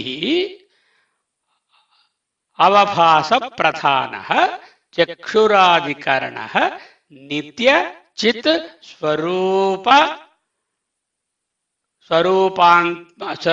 స్వరూపాత్మాంత సారః యత్ర అనిత్యం విజ్ఞానం అవభాసతే. ఒక పెద్ద కాంపౌండ్ సెంటెన్స్ ఒకటి వేశారు. Very easy. We will try to dissect it. He ఏలయన దేహము, ఇంద్రియములు, మనస్సు, బుద్ధి మొదలగు సంఘాతమునందు జీవుడు అనాది జన్మ పరంపరలో ఆత్మాభిమానమును కలిగి ఉన్నాడు. ఆత్మ బుద్ధ్యాది కార్యకరణ సంఘాత అభిమాన సంతాన అవిచ్ఛేదక లక్షణ. ఎప్పటి నుంచో అనాది జన్మ పరంపరల నుంచి బుద్ధి, మనసు మొదలైనటువంటి కార్యకరణ సంఘాతము, బుద్ధి, మనసు మొదలగు ఇంద్రియములు, మనసు, బుద్ధి, అంతఃకరణములు, ఆ సంఘాతమునందు జీవుడు అనాది జన్మ పరంపరలో ఆత్మాభిమానాన్ని కలిగి ఉన్నాడు. సహ ఆత్మ బుద్ధ్యాది కార్యకరణ సంఘాత అభిమాన సంతాన అవిచ్ఛేదక లక్షణ. ఎప్పటి నుంచో ఉంది అది. ఆత్మ అనాత్మల వివేకమే జీవాత్మ యొక్క సారము. అంటే జీవాత్మ తన జీవాత్మ జీవుడు కాదు, ఈ శరీరము కాదని తెలుసుకోవడం ఏమిటంటే ఆత్మని అనాత్మని వేరువేరుగా చూడడమే. అవివేకాత్మో బుద్ధ్య అవభాస ప్రధాన చక్షురాధికరణో నిత్యచిత్ స్వరూపాత్మంత సారః యత్ర అనిత్యం విజ్ఞానం అవభాసతే. ఆత్మ ప్రతిఫలనము కలిగినటువంటి బుద్ధియే జీవతత్వమునందు ప్రధానమైనది. అంటే మనకు రెండు పార్ట్లు ఉన్నాయి. ఒకటి పెరిషబుల్ పార్ట్, ఇంకొకటి పర్మనెంట్ పార్ట్. ముందు చెప్పుకున్నాం. ఈ పెరిషబుల్ పార్ట్ అంటే అనాత్మ. ఇదేమిటి? BMI, body, mind and intellect. Body అంటే ఇంద్రియాలు, శరీరము, శరీర అంగాలు, కర్మేంద్రియాలు, జ్ఞానేంద్రియాలు. మైండ్ అంటే మనస్సు, ఐ అంటే ఇంటలెక్ట్, చిత్తము, అహంకారము, అంతఃకరణాలు. ఈ బిఎంఐ పెరిషబుల్ పార్ట్ ఒకటి. ఇంపెరిషబుల్ పార్ట్ దీనికన్నా మీదన ఉంటుంది. ఇంద్రియాణి పరాణ్యాహురు ఇంద్రియాణి పరాణ్యాహు ఇంద్రియేభ్యః పరం మనః. ఇంద్రియములు శరీరము కన్నా వస్తువులు, విషయముల తర్వాత ఇంద్రియములు అంటే బాడీ కన్నా పరం మనః మనస్సు, మనసస్తు పరా బుద్ధి, దానికన్నా సూపర్ ఇంటలెక్ట్ బుద్ధి. బుద్ధేహి పరతస్తు సహ అంటూ గీత మనకి హైరార్కీని బోధించింది. ఇటువంటి హైరార్కీలో మనము 99.99% ఈ బిఎంఐతోనే ఐడెంటిఫై ఉంటాం. ఈ ఐడెంటిఫికేషన్ పోగొట్టుకోవడమే ఆత్మానాత్మ వివేకం. అదే జీవాత్మ తాలూకా సారాన్ని, దీన్ని తెలుసుకోవడం. ఆత్మ అనాత్మల అవివేకమే జీవుడు తాలూకా లక్షణము. దానిని సెపరేట్ చేసి చూసుకోవడమే ఆత్మజ్ఞానం. ఆత్మ ప్రతిఫలనము గల బుద్ధియే జీవతత్వమునందు ప్రధానము. ఈ ఆత్మ తాలూకా రిఫ్లెక్షన్ ఈ ఇంటెలిజెన్స్ మీద, మైండ్ మీద, ఇంద్రియాల మీద పడడం వలన శ్రోత్రస్య శ్రోత్రం, మనసో మనో, వాచోమ వాచం, ప్రాణస్య ప్రాణ, ఏదైతే వెనకాల శక్తి, ఆ చైతన్య శక్తి ఉందో వాటి వలన ఇవి ప్రతిబింబించడం వలన మనకు జీవతత్వంలో ముఖ్యంగా ప్రధానమైనది బుద్ధి అని తెలుస్తుంది. అంటే ఆత్మ ప్రతిఫలనము బుద్ధి యందు, మనస్సునందు ముందు కలుగుతాయి. వాటి నుంచి ఇంద్రియాలకు వెళుతుంది. కన్ను, చెవి మొదలైన ఇంద్రియాలు గల అట్టి జీవుని కంటే ఆత్మ విలక్షణమైనది. It is separate from the BMI. కన్ను, చెవి మొదలగు ఇంద్రియములు గల అట్టి జీవుని కంటే ఆత్మ విలక్షణమైనది. అంటే బిఎంఐ కంటే ఆత్మ వేరు. కానీ కాలాతీతమైన చైతన్యమే స్వరూపముగా కల కాలాతీతము అంటే త్రికాల అబాధ్యము అంటే నిత్యము. భూత, భవిష్యత్, వర్తమానములు అనేటటువంటి వ్యత్యాసము లేక జాగ్రత్త, సుషుప్తి, స్వప్నము అనేటటువంటి అవస్థాత్రయము త్రయానికి అతీతముగా ఉండేటటువంటి చైతన్యము, కాలాతీతమైన చైతన్యము స్వరూపముగా కల పరమాత్మయే జీవుని లోపలి సారము. What is the essence of the jiva? This is the essence of the jiva, is the atma. What is the normal concept of the jiva? It is the BMI. There are two parts. One part is the BMI, which everybody is identifying themselves as the atma or the palana nenu anisarikalla identify chesedi BMI. Actually గా అది సారం ఏమిటి? దాని తాలూకా జీవుని లోపల సారభూతమైనది ఏది అంటే ప్రధానమైనది బుద్ధి. దాన్ని రిఫ్లెక్ట్ చేసే ఆత్మయే సారము. అట్టి జీవుని యందు వచ్చిపోయే విజ్ఞానం అంటే ఈ బుద్ధిలోనేమో తెలియడము తెలియకపోవడము, మనస్సులో అనుభవం రావడము రావకపోవడము, ఇలాంటివి వచ్చిపోయేటటువంటి విజ్ఞానం మనోవృత్తి రూపముగా అంటే మనోబుద్ధి వృత్తి రూపముగా భాసిల్లు చుండును. ఫర్ ఎగ్జాంపుల్, నేను పడుకున్నప్పుడు నాకేమీ పలానా విషయాలు తెలుసు, నిద్రలో ఏమీ తెలియలేదు, పోయినాయన్నీ. మళ్ళీ పొద్దున్న లేచేసరికల్లా మళ్ళీ ఆ విజ్ఞానం అంతా మనస్సులో బుద్ధిలో భాసిల్లుతుంది. నా టు డూ లిస్ట్ మళ్ళీ ఇవాళ ఈ కార్యక్రమాలు ఉన్నాయి, ఇవాళ ఈ అధ్యయన భారత ప్రోగ్రాం ఉన్నది, ఇవాళ ఈ టీచింగ్ క్లాసెస్ ఉన్నాయి అని పొద్దున్న లేవగానే నాకు మళ్ళీ జ్ఞాపకం వస్తుంది. అంటే వచ్చిపోయేటటువంటి స్పర్శ తగులుతుంది, మళ్ళీ పోతుంది. నిద్రలో సుషుప్తిలో నాశనం అవుతుంది, విలీనం అవుతుంది. మళ్ళీ జాగ్రత్తలో మళ్ళీ మనకు స్పర్శ వస్తుంది వాటితో, ఆ విషయాలతో, అంటే చుట్టూ ఉన్న ప్రపంచంతో, ఆ విజ్ఞానంతో. మనోవృత్తి రూపంగా వచ్చిపోయేటటువంటిది ఏదైతే ఉందో అది మనసుకు బుద్ధికి సంబంధించినది. వీటికి ఆత్మ సర్వమునకు అంతరము లోపలి సారము అని చెప్పే శృతిని బట్టి, సర్వాంతరం అని చెప్పేదాన్ని బట్టి లోపలి ఇంద్రియమైన మనసునకు కూడా పరమాత్మ సాక్షి. అంటే ఇక్కడ ఇందాక చూపించుకున్నట్టుగా ఈ బాడీ, మైండ్, ఇంటలెక్ట్ ఏమని చెప్పుకున్నాం, వీటన్నిటికన్నా ఆత్మ అనేటటువంటిది వీటి అన్నిటినీ ప్రకాశింపచేసే సాక్షి ఇది. వీటికి లోపల ఉంటుంది. లోపల అంటే బాగా డిసెక్ట్ చేసి ఆపరేషన్ చేసి చూస్తే 1 kg సైజులో ఏదో మామిడి పండ్ల దొరకదు ఆత్మ అంటే. లోపల అంటే you understand that it is innermost and much more subtler, దానికన్నా ఇంకా సూక్ష్మాతి సూక్ష్మమైనది, సాక్షిభావంగా ఉంటుంది అనేటటువంటిది చెప్పుకోవాలి. అదే ఇక్కడ సంస్కృతంలో ఏమంటున్నారో ఒకసారి చూద్దాం. బౌద్ధ ప్రత్యాయానం ఆవిర్భావ తిరోభావ ధర్మకత్వాత్. అంటే బుద్ధిలో ప్రత్యాయానం ఆవిర్భావము తిరోభావము, కలగటము పోవటము, తెలియటము తెలివి లేకుండా ఉండటము, అనిపించటము అనిపించకపోవడము. తద్ధర్మతయా ఏవ విలక్షణం అపిచ అవభాసతే. వాటి ధర్మములు విలక్షణములై అపిచ అవభాసతే. అతః కరణస్య మనసః అపి మనో అంతర్గతత్వాత్ సర్వాంతరః శృతి. అంటే ఈ కరణములన్నిటికంటే, ఈ మనసు కంటే, ఈ బుద్ధి కంటే అంతర్గతత్వాత్ సర్వాంతరః ఆత్మ అని శృతి చెప్తుంది. అంతర్గతేన నిత్య విజ్ఞాన స్వరూపేణ. అంటే ఇక్కడ ఏమిటి ముఖ్యంగాను, ఇక్కడ చిత్శక్తి అనేది వస్తూ పోతూ ఉండేది కాదు, ఆగమ అపాయనము కాదు, వచ్చిపోయేది కాదు. వేరే బిఎంఐలో వచ్చిపోయేది. అంటే ఆ మనస్సులో అది ప్రతిఫలించినప్పుడు ఆ విషయం తెలుస్తుంది, ప్రతిఫలించినప్పుడు అది తెలియదు. ఫర్ ఎగ్జాంపుల్, మనం పాఠం వింటున్నాము, ఈ పాఠంలో ఉన్న విశేషాలు చక్కగా తెలుస్తున్నాయి. సడన్గా ఫోన్ కాల్ వచ్చింది అనుకోండి, మరి ఈ పాఠం అక్కడ ఏమి వింటున్నామో తెలియదు, ఎందుకంటే ఈ మనసు ఇంకో పక్కకి తీసుకుపోబడింది. అంటే కానీ ఈ ఆత్మ చైతన్యం అనేది నిరంతరంగా, అది నిరంతరాయంగా ప్రకాశిస్తుంది. ఏదైతే జ్ఞానస్వరూపము అంతర్గతేన నిత్య విజ్ఞాన స్వరూపేణ ఆకాశవత్, ఆకాశము వలె. అంటే ఆకాశము ఏ విధముగా జారిలో ఉన్నా లేకపోయినా, ఏ స్పేస్లో ఉన్నా లేకపోయినా, ఎప్పుడు స్పేస్ ఒకే చోట ఒకే విధముగా ఉంటుందో, అప్రచలిత ఆత్మాన అంతర్భూతేన బాహ్య అంటూ చెప్తున్నారు. అదే ఇక్కడ పరమాత్మ మనస్సుకు బుద్ధికి ఇంద్రియాలకు అన్నిటికీ సాక్షిగా ఉండేటటువంటి వచ్చిపోయే జ్ఞానం ఇది లేకుండా, క్వాలిటీ లేనటువంటి నిరంతర చిత్స్వరూపము ఆత్మ. అటువంటిది బుద్ధిని ప్రకాశింపచేస్తుంది. బుద్ధి ప్రధానుడైన జీవుడు బాహ్యుడు కాగా, జీవుని లోపల కాలాతీతమైన చైతన్య స్వరూపము గల పరమాత్మ కలడు. బుద్ధ్యాత్మ తత్వ విలక్షణ అర్చిర్భి ఇవ అగ్ని. ఇంకా దాని గురించి మళ్ళీ ఎగ్జాంపుల్ చెప్తున్నారు. జీవుని అంతఃస్థానము ఆకాశము వలె చలనము లేని పరమాత్మయే. కానీ పైకి కనబడే మంటలను బట్టి అగ్ని చిన్న మంట పెద్ద మంట అంటూ అంచనా వేస్తాం. కానీ అగ్నిస్వరూప స్వరూపము, ఆ చిన్నతనము పెద్దతనము అగ్నిలో లేవు. అగ్నిలో ఉండే ఉష్ణము, ఆ తాలూకా ప్రకాశము దానికి ఎప్పుడు చిన్నదైనా పెద్దదైనా దాంట్లో అలాగనే ఉంటుంది. అగ్ని మండుతున్నట్లు మండనట్లు, సూర్యుడు వచ్చినట్లు రానట్లు అనిపిస్తుంది. ఇప్పుడు సూర్యుడు లేడు, సూర్యుడు ఉన్నాడు, మేఘం వచ్చింది, సూర్యుడు కనపడలేదు. ఈ విధము భావనలన్నీ కూడా అదికి వచ్చిపోయే ధర్మము ఉన్నవి కావు. అవి రెండు సూర్యుని యందు ఎప్పుడు రావడమో పోవడమో అంటూ ఉండదు.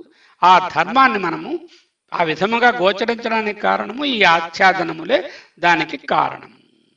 అంటే కానీ పైకి కనబడే మంటలను బట్టి అగ్ని చిన్న పెద్ద అంచనా వేసినట్లు చైతన్య ప్రతిఫలము వచ్చిపోయే స్వభావము గల మనోవృత్తులను బట్టి ఆత్మ వచ్చిపోయే విజ్ఞానము కలదని, సుఖి అని, దుఃఖి అని లౌకికులు స్వీకరిస్తారు. లౌకిక లోకంలో ఉన్నవాళ్ళు ఆత్మ వాళ్ళ ఆత్మ చాలా సుఖిస్తుందండి, వాళ్ళ ఆత్మ చాలా శాంతిస్తుందండి, వాడు చాలా ఆత్మవిచారంలో ఉన్నాడండి, చాలా దుఃఖంలో ఉన్నాడు, ఆత్మే దుఃఖిస్తుంది అనుకుంటారు. ఒక ఫ్లవర్ని తీసుకెళ్ళి ఓ ప్రిజం పక్కన పెడితే ఎరుపుగా ఉండేటటువంటి ఈ ఫ్లవర్ తాలూకా లక్షణములు, ఆ ఎరుపు రంగు ఆ ప్రిజం మీద పడి ప్రిజమే ఎర్రగా ఉన్నదా అన్నట్టు ఎలా కనిపిస్తుందో, ఈ బుద్ధిలోని ఈ దేహేంద్రియములలోనూ జరుగుతున్నటువంటి ఈ విషయాలన్నీ కూడా ఆత్మలోనే జరుగుతున్నాయా అన్నట్టు ఆరోపణ, అవభాస కలుగుతున్నది.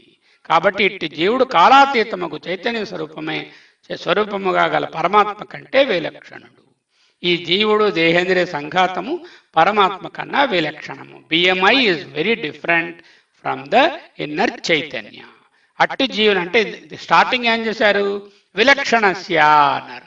అంటే ఆత్మ విలక్షణము అన్నారు. ఏమిటా విలక్షణము అంటే ఇది చూపిస్తున్నారు. ఆత్మ అంతరతమము నెంబర్ 1, సర్వాంతరము అన్నిట్లోనే ఒకేలా ఉంటుంది. తర్వాత నిత్యము అండ్ ఆగమ అపాయనము కానిది, వచ్చిపోయేది కానిది. స్వప్రకాశము, ఈ స్వప్రకాశమైన ఆత్మ వచ్చిపోయేటట్టుగా డిఫరెంట్ జాగ్రత్త స్వప్న అవస్థలలో కానీ వేర్వేరు వస్తువుల యందు కానీ అవి కలగడము కలగకపోవడము అనేటటువంటిది బుద్ధి, మనస్సు వీటి తాలూకా ప్రతిభాస లేక అభాస. అట్టి జీవునిలో విరుద్ధ జ్ఞానము ఉండుట. ఎవరిలో ఉంది విరుద్ధ జ్ఞానము? ఆత్మలో లేదు, జీవుని యందు విరుద్ధ జ్ఞానం ఉంది. దానిని పోనాడుటకై విజ్ఞానమును అపేక్షించుట పొసగునే గాని నిత్య చైతన్యము స్వరూపముగా ఆత్మ యందు ఇవి ఏవి సంగతము కాదు. మేమేమి చెప్పామండి, ఆత్మని తెలుసుకోవడానికి వేరే ఇంకొక విజ్ఞానము అక్కరలేదు అన్నాము. అంతేకాని దేహాత్మ భావంలో ఉన్నవాడి అనాత్మ విషయాల నుంచి వాడిని దూరం చేసి అనాత్మ నుంచి అనాత్మ భావాన్ని తొలగించడానికి వాడికి శృతి అక్కర్లేదని మేము చెప్పలేదు కదా. శృతి వాడికి కావాలి. ఎవరికి కావాలి? అనాత్మ భావంలో ఉన్నప్పుడు ఖచ్చితంగా కావాలి. ఎందుకు కావాలి? అనాత్మభావము తొలగి ఆత్మభావము కలగడానికి. అంటే అదే చెప్తున్నారు ఇక్కడ. ఎవడైతే ఈ జీవుడు ఎలా విలక్షణుడో చూపించారు. పరమాత్మ జీవుని కంటే విలక్షణుడని చూపించి అటువంటి జీవుని యందు విరుద్ధ జ్ఞానం ఉంటుంది. ఖచ్చితంగా విరుద్ధ జ్ఞానం ఉంటుంది. విరుద్ధం అంటే భిన్నత్వం. భిన్నత్వం ఎందువల్ల ఉంటుంది? దేశకాల వస్తు పరిచ్ఛేదమే జీవుడు. అంటే నేను ఈ ప్రదేశంలో ఉంటే ఇంకో ప్రదేశంలో ఉండలేను, ఈ సమయం అందుంటే అన్ని సమయంలోనే నేను ఉండలేను, అలాగే ఈ రూపంలో ఉంటే ఇంకో రూపంలో ఉండలేను. దేశకాల వస్తు పరిచ్ఛిన్నమైనటువంటి జీవుడు తనకంటే భిన్నంగా అన్నిటినీ చూస్తూ ఉంటాడు. అటువంటిదే విరుద్ధ జ్ఞానము.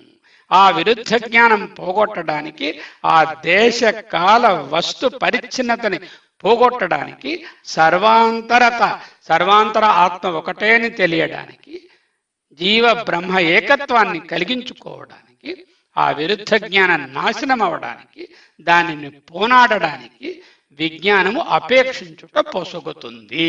మీరు చెప్పినటువంటి కొటేషన్లన్నీ కూడా నిజమే, కానీ అది అవిజ్ఞానంలో అజ్ఞానంలో ఉన్నటువంటి దేహాత్మ భావంలో ఉన్నవారికి. వారు ఎప్పుడైతే నిత్య చైతన్య స్వరూపాన్ని తెలుసుకుంటారో అప్పుడు వీటితో ప్రయోజనం ఏమీ ఉండదు. ఎందుకంటే అది స్వతహా ప్రకాశవంతం. నిత్య చైతన్య స్వరూపమైన ఆత్మయందు ఇవి ఏవియును సంగతములు కావు అంటూ ఆయన చెప్పారు. సింపుల్గా ఆలోచిద్దాం, దీన్ని ఇంత కాంప్లికేటెడ్గా అక్కర్లేకుండా. చిన్న విషయం తీసుకుందాం. ఈ రూమ్ ఉంది, ఈ రూమ్లో నిశ్శబ్దము నాకు కావాలి. నిశ్శబ్దము, నిహి శబ్ద అంటే కొంచెం కూడా ఒక్క పిసర కూడా శబ్దం ఉండకూడదు. పిన్ డ్రాప్ సైలెన్స్ అంటే ఏమిటి? ఒక పిన్ పడేస్తే కూడా ఆ చిన్న సౌండ్ కూడా మనకు తెలిసే అంతటి నిశ్శబ్దం. అటువంటి నిశ్శబ్దం కావాలి అంటే ఏం చేయాలి? ఆలోచించండి. ఏం చేయాలి? ఏ విధమైన శబ్దము లేకుండా చేయడమే నిశ్శబ్దం. ఆత్మ నిశ్శబ్దం అనుకుంటే నిశ్శబ్దాన్ని కలిగించుకోవడానికి వేరే ప్రయత్నం అక్కరలేదు. ప్రయత్నం అంతా కూడా శబ్దాన్ని లేకుండా చేసుకోవడమే. శబ్దాన్ని లేకుండా చేసుకుంటే నిశ్శబ్దం ఆటోమేటిక్గా ఉంటుంది. ఏ చిన్న సౌండ్ కూడా లేకుండా చేసుకోగలిగితే, అంటే అనాత్మ విషయములను పూర్తిగా తొలగిస్తే ఏ విధముగా ఆత్మ ప్రకాశం తెలుస్తుందో, ఏ విధముగా ఒక్క పిసరు కూడా శబ్దము లేకుండా ఉండేటటువంటి పరిస్థితి మనము కల్పించడానికి ప్రయత్నం చేసి కల్పిస్తే నిశ్శబ్దం వస్తుందో, అప్పుడు నిశ్శబ్దము ఎక్స్పీరియన్స్ అవుతుంది. అయితే నిశ్శబ్దమునకు నేను ఏమి చేయవలెను అని అడిగారు అనుకోండి, ముందు టీవీ ఆపి అంట, మొబైల్ ఫోన్ కట్ చేసి, మీ అబ్బాయి చిన్న ఆడుకుంటున్న పిల్లవాడు ఈ రూమ్లో ఉండకుండా చూడు, మైక్ ఓపెన్ చేయకు పాఠం అవుతున్నప్పుడు. ఈ విధముగా రకరకములైనటువంటి ప్రక్రియలు, గ్యాస్ స్టవ్ ఆపి, లేదంటే కుక్కర్ అరుస్తుంది, లేకపోతే ఇంకొక లెవెల్లో గట్టిగా డిస్కస్ చేసుకుంటున్నారు వాళ్ళు మాట్లాడకుండా కూర్చుంటే కూర్చొని, లేకపోతే ఇంకో రూమ్లోకి వెళ్ళిపోండి. ఎందుకంటే నిశ్శబ్దం కదా మనకు కావాలి. ఇటువంటి ప్రక్రియలన్నీ కూడా నిశ్శబ్దమునకు కావాలా, శబ్దము పోవడానికి కావాలా? ఆలోచించండి. శబ్దము పోవడానికి ఖచ్చితంగా కావాలి ఈ ప్రక్రియలన్నీ కూడా. అంటే అనాత్మభావంలో ఉన్నటువంటి పరమాత్మ కంటే విలక్షణుడైనటువంటి జీవుని తాలూకా విరుద్ధ జ్ఞానాన్ని పోనాడడానికి ఈ ప్రక్రియలు అన్నీను కావాలను. అంటే ఈ శృతుల్లో చెప్పినటువంటివన్నీ కావాలను. అయితే ఈ ప్రక్రియలన్నీ చేయకుండా నిశ్శబ్దం వస్తుందా? రాదు. అయితే ఈ ప్రక్రియలు నిశ్శబ్దంకి అవసరమా? కాదు. నిశ్శబ్దాన్ని పొందడానికి ఈ ప్రక్రియలు అక్కర్లేదు. ఆత్మను తెలియడానికి వేరే జ్ఞానం అక్కర్లేదు. ఏ శబ్దము లేకపోవడం నిశ్శబ్దము. స్వయం ప్రకాశకత్వమే ఆత్మ, దానికి వేరే జ్ఞానం అక్కర్లేదు. కానీ అనాత్మ విషయాలను పోనాడడానికి జీవుడికి ఇవన్నీ కావాలి. కానీ నిత్య చైతన్య స్వరూపమైనటువంటి ఆత్మయందు ఇవి ఏవి సంగతము కావు. అదే చెప్తున్నారు ఇక్కడ. ఒకసారి సంస్కృతం కూడా చదివేద్దాం.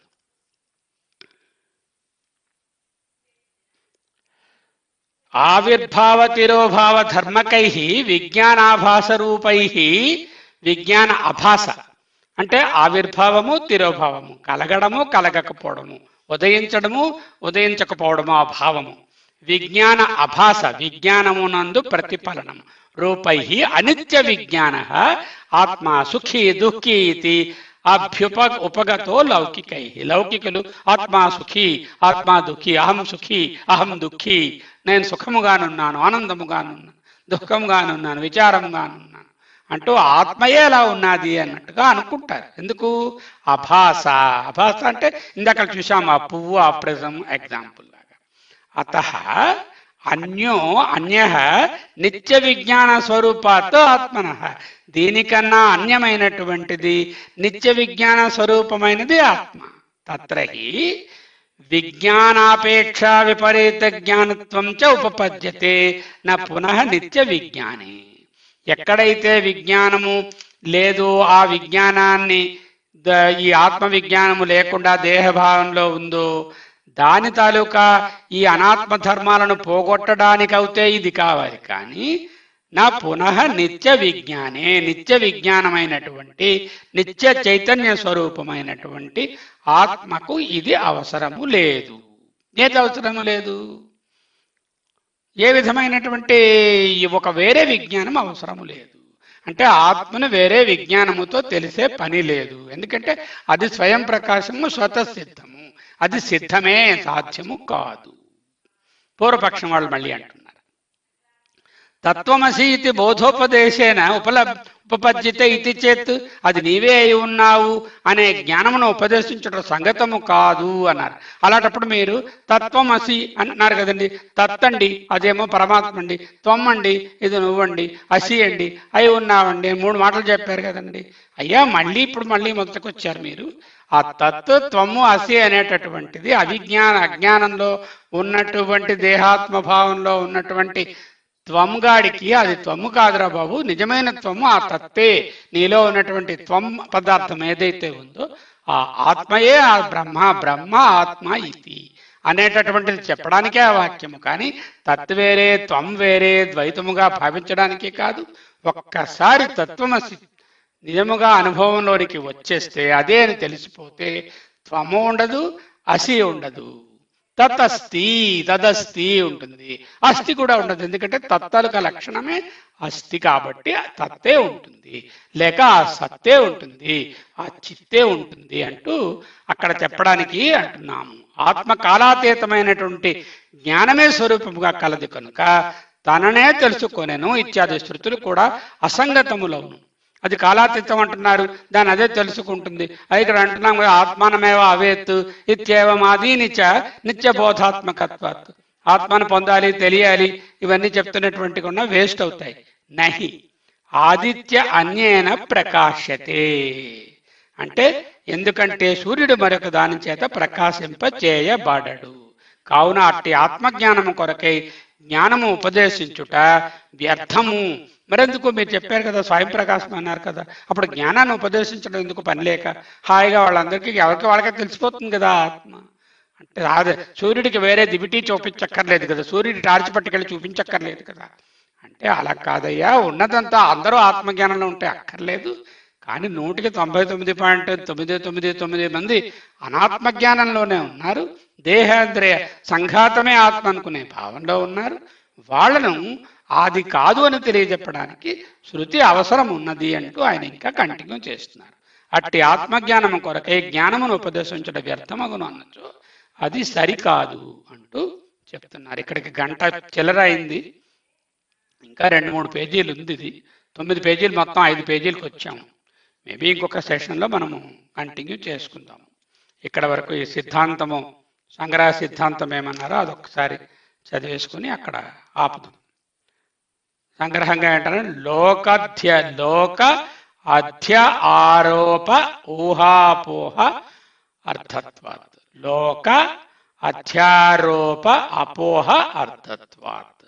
లోకములో ఉన్న ఈ అధ్యారోపం ఏమిటి, అపోహ ఏమిటి, దాని అర్థత్వాతని ఎందుకన్నారు అనేటటువంటి విశేషాలను వచ్చే వారము చూసుకుందాము. చెప్పండి. అనాత్మభావము ఆత్మభావము పోగొట్టుకోవడానికి ఆయన సముద్రం ఎదురుగుండా నిలబడి ఉన్నారు. కథే అనుకోండి, ఇది కథలో చాలా నీతి ఉంది కాబట్టి తెలుసుకోవాలి. ఆయన వెళ్ళారో లేదో ఆ సముద్రం ఒడ్డుని నిలబడ్డారు. ఆయన నిలబడినప్పుడు అక్కడ ఒక పెద్ద వేవ్ వచ్చింది, ఆయన పాదాలు ముట్టుకుని. అది వచ్చి అది ఈయన భగవత్ స్వరూపులు కదా, వెంటనే ఆయనేమో నా పేరు ఏమిటండి అని అడిగింది. అంటేనేమో నాకు తెలియదు, నువ్వే చెప్పు నీ పేరు అంటే, నా పేరు పెద్ద తరంగము అని. ఓకే, బాగానే. ఓ చిన్న వేవ్ వచ్చింది, అది కూడా మళ్ళీ నా పేరు ఏమిటండి అంటే, నా పేరు చిన్న తరంగము. ఇంకోటి వచ్చింది, అది బుజ్జి తరంగము. ఇంకోటి చిన్న వేవులాడుతు చిన్న వాళ్ళ అన్నిటికన్నా చిన్న తరంగము. ఇలా ఒక బుడగ వచ్చింది, నీ పేరు ఏమిటంటే బుడగా. ఇంకోటి నా పేరు ఏమిటంటే ఫ్యానం, అంటే అది నురగా అని అవన్నీ వాటి పేర్లు చెప్పి. అసలు ఆయన మీరు అర్థం చేసుకోండి, మీ పేర్లు ఇవి కావు, ఇవి మీరు పెట్టుకున్నారు ఈ పేర్లు, మీ అసలు పేరు తెలుసా అని అడిగారు ఆయన. అంటే మా అసలు పేరు ఏమిటి అన్నాడు. నాకు తెలియదు, మరి చెప్పండి అండి. మీ అసలు పేరు చూసారా, మీ వెనకాల కనిపిస్తోంది పెద్ద సాగరము అంటే, ఆ పెద్ద వేవ్ చూసి నువ్వు సాగరము. అలాగే రెండో చిన్న వేవ్ చూసి నువ్వు సాగరము. మూడో వేవ్ ఇంకా చిన్న వేవ్ చూసి నువ్వు సాగరము. బుడగా నువ్వు సాగరము. అలాగే ఓహో మేమందరము సాగరమేనా, అయితే నేను సాగరమేనా ఎంతో సరదా పడిపోయాను. ఎందుకంటే సాగరం ఎంత, మేమెంత, ఈ బుడగ ఏమిటి, సాగరం ఏమిటి, ఓహో నేను సాగరమేనా, అయితే మనందరము సాగరమేనా, మనందరము ఒక్కటేనా, అవన్నీ కలిసి అప్పుడు సంతోషంగా మాస్టర్కి నమస్కారం పెట్టాయి. అంటే దీన్నే సముద్ర తరంగవాదము అంటారు. అన్ని సాగరంలో భాగం. అంత సాగరమే, భాగము కాకపోవడం ఉండదు.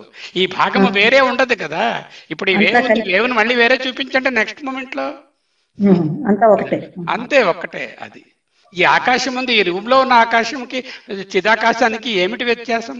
ఇదే ఘటాకాశ మఠాకాశ వాదం, సముద్ర తరంగ వాదం, బింబ ప్రతిబింబ వాదము. సూర్యుడు ఒక్కడే, 11. అది రమణ మహర్షి వారు చెప్తారు, ఇది రామకృష్ణ వారు చెప్పారు. ఆ ఎగ్జాంపుల్లో ఏం చెప్తారంటే, ఒక ఆయన వస్తారు శిష్యుడు, వచ్చినప్పుడు ఏంటంటే ఆయన 10 కుండలు నీటితో నింపి తీసుకురంటారు. తీసుకొచ్చిన తర్వాత ఏమో 10 కుండలు వరాసగా ఉంటాయి. ఉండేసరికి మీదని సూర్యుడు ఉంటాడు, సూర్యకాంతి 10 కనిపిస్తూ ఉంటుంది. 10 సూర్యుడిగా, సూర్యుడు ఏదో ఒకటి అనుకోండి, సూర్యుడైతే చూడలేరు కదా కళ్ళు పెట్టి, చంద్రుడు అనుకుందాం, కనిపిస్తూ ఉంటాయి. కనిపిస్తుంటే ఎన్ని కనిపిస్తున్నాయి? 11. 11 ఎక్కడయ్యా నీకు దొరికాయి? ఇగో 10 వీటిలోని పైన మీద ఒకటి వేయాలి. సరేలే పోలేను, ముందు ఒక కొండను పగలగొట్టేయాలి. పగలగొట్టాను. ఎన్ని ఉన్నాయి? 10. ఎలా వచ్చాయి? 9+1. మళ్ళీ ఒక 9 కొట్టేసాను. మళ్ళీ ఇంకో కొండను కొట్టేసాను. అప్పుడు 8+1, 7+1. అలా వేసరికల్లా ఆఖరికి 2 అన్నాడు. ఏంటంటే కొండలో ఒకటి పైన ఒకటి 2 ఉన్నాయి. పైన ఒక చంద్రుడు, కిందన ఒక కొండలో ఒక చంద్రుడు 2 ఉన్నాయి. ఈ కొండను కూడా పగలగొట్టి ఇప్పుడు ఎన్ని ఉన్నాయి అన్నాడు. 1 అన్నాడు. ఎలా తెలిసింది అంటే నాకు కనిపిస్తోంది కళ్ళకి. అంటే ఎక్కడ ప్రతిఫలిస్తుంది? మనసులోని. మరి మనసులో ఉందా చంద్రుడు పైన ఉన్నాడా అంటే నీ మనసుని కళ్ళని కంప్లీట్గా క్లోజ్ చేసావనుకో అప్పుడు చంద్రుడు ఉంటాడా అంటే ఉండడు. అంటే అదే ఆత్మతత్వము. వేరే ఒకటని కూడా నీకు తెలియకుండా ఎప్పుడైతే ఉంటుందో అదే నిజమైనటువంటి ఆత్మతత్వం అంటూ చెప్తారు. ఒకటిని కూడా తెలియకుండా ఉండడం. ఒకటి కూడా మీకు ఒకటి నేను వేరు చంద్రుడు వేరు అనే భావం లేకుండా ఉండడం. ఒకటని ఎప్పుడు తెలిసింది చంద్రుడు ఒకటని? నేను అంటూ శర్మ అంటూ నేను ఉన్నాను, నేను చంద్రుడిని చూస్తున్నాను కాబట్టి నాకు ఒక చంద్రుడు తెలుసు. అక్కడ ఒకటే అంటే నాకు ఒకటి ఎలా మిగిలింది? అన్ని ఘటాల్లోనే పోయాయి, ఇంకా ఒకే ఒక చంద్రుడు మిగిలాడు. ఆ చంద్రుడు ఎక్కడ మిగిలాడు? నేను అనే భావంలో మిగిలాడు. నేను అనే భావం డిజాల్వ్ అయిపోతే ఆ ఉన్న చంద్రుడు అక్కడే ఉన్నాడు, ఎక్కడికి పోలేదు. నా భావము డిజాల్వ్ అయిపోయింది. అంటే నేను వేరు చంద్రుడు వేరు అనే భావం ఉన్నంత వరకు నాకు ఒక చంద్రుడు తెలుస్తున్నాడు, 2 తెలుస్తున్నాయి, 3 తెలుస్తున్నాయి, 8 తెలుస్తున్నాయి, 11 తెలుస్తున్నాయి అనేటటువంటి భావం. అది డిమాన్స్ట్రేట్ చేయడానికి ఆ ఎక్స్పెరిమెంట్ చేశారు. ఎవరికో కాదు, వివేకానందుడు గారికే చేశారు. చదవండి, ది గాస్పెల్ ఆఫ్ శ్రీరామకృష్ణ అని ఉంటుంది. అది అన్ని లాంగ్వేజెస్లోనే దొరుకుతుంది. 2 భాగాలుగా తెలుగులో లభ్యమవుతుంది. ఎంతటి అతను ఎంతో భక్తుడు అని అందరూ అనుకుంటున్న వాళ్ళు ఎంత అద్వైత వేదాంతియో వాటిలో తెలుస్తుంది. ఆయన ఉపనిషత్తులు కోట్ చేయరు, పెద్ద పెద్ద గ్రంథాల గురించి మాట్లాడరు, కానీ సూటిగా మనకు అర్థమయ్యేటట్టు చెప్తారు. The gospel of Sri Ramakrishna, Sri Ramakrishna జీవన సారము అనుకుంటాను తెలుగు పుస్తకం టైటిల్. కావాలంటే పీడిఎఫ్ చదివితే మీకు పంపించేస్తాను. రోజుకి 5 పేజీలు చదవండి, ఎక్కువ అక్కర్లేదు, ఈజీగా అర్థమవుతుంది. అద్వైతాన్ని చాలా అమలకంగా చేతిలో పెట్టిన ఉసిరికాయలా చూపించారు ఆయన. అది కరతలామలకంగా చూపించారట కదా. అంటే చేతిలో ఉసిరికాయ ఎలాగంత క్లియర్గా ఉందో అలా అద్వైతాన్ని బోధించినటువంటి ఏకైక మహావ్యక్తి రామకృష్ణ పరమహంస. అంటే చంద్రుడు ఒకటి అనేటువంటి భావన ఎక్కడ కలుగుతుంది? నేననేది ఉంటేనే కదా చంద్రుడు అనే భావన ఉంది. నేననేది డిజాల్వ్ అయిపోతే ఇక చంద్రుడే లేడు. చంద్రుడు చంద్రుడు అక్కడే ఉంటాడు, మనమే దాంట్లో కలిసిపోతాం. ఆ చంద్రుడిలోనే, ఆ పరమాత్మలోనే. చంద్రుడే పరమాత్మ అనుకోండి, వాటి మనం ఉండం. నేను అనే ఎప్పుడైతే మీరు ఆత్మను తెలుసుకుంటారో, తెలుసుకున్నవాడు మరి ఉండడు. కాబట్టి నేను ఆత్మను తెలుసుకున్నాను అని వచ్చి తిరిగి చెప్పడానికి ఎవరు ఉండరు. Then you won't be there అంటారు అన్నమాట. Then you won't be there to know how it is. అప్పుడు ఇక భిన్నత్వమే వాళ్ళకి ఉండదండలో, అది వాళ్ళ ఉద్దేశం. అంతకని ఇంకేం.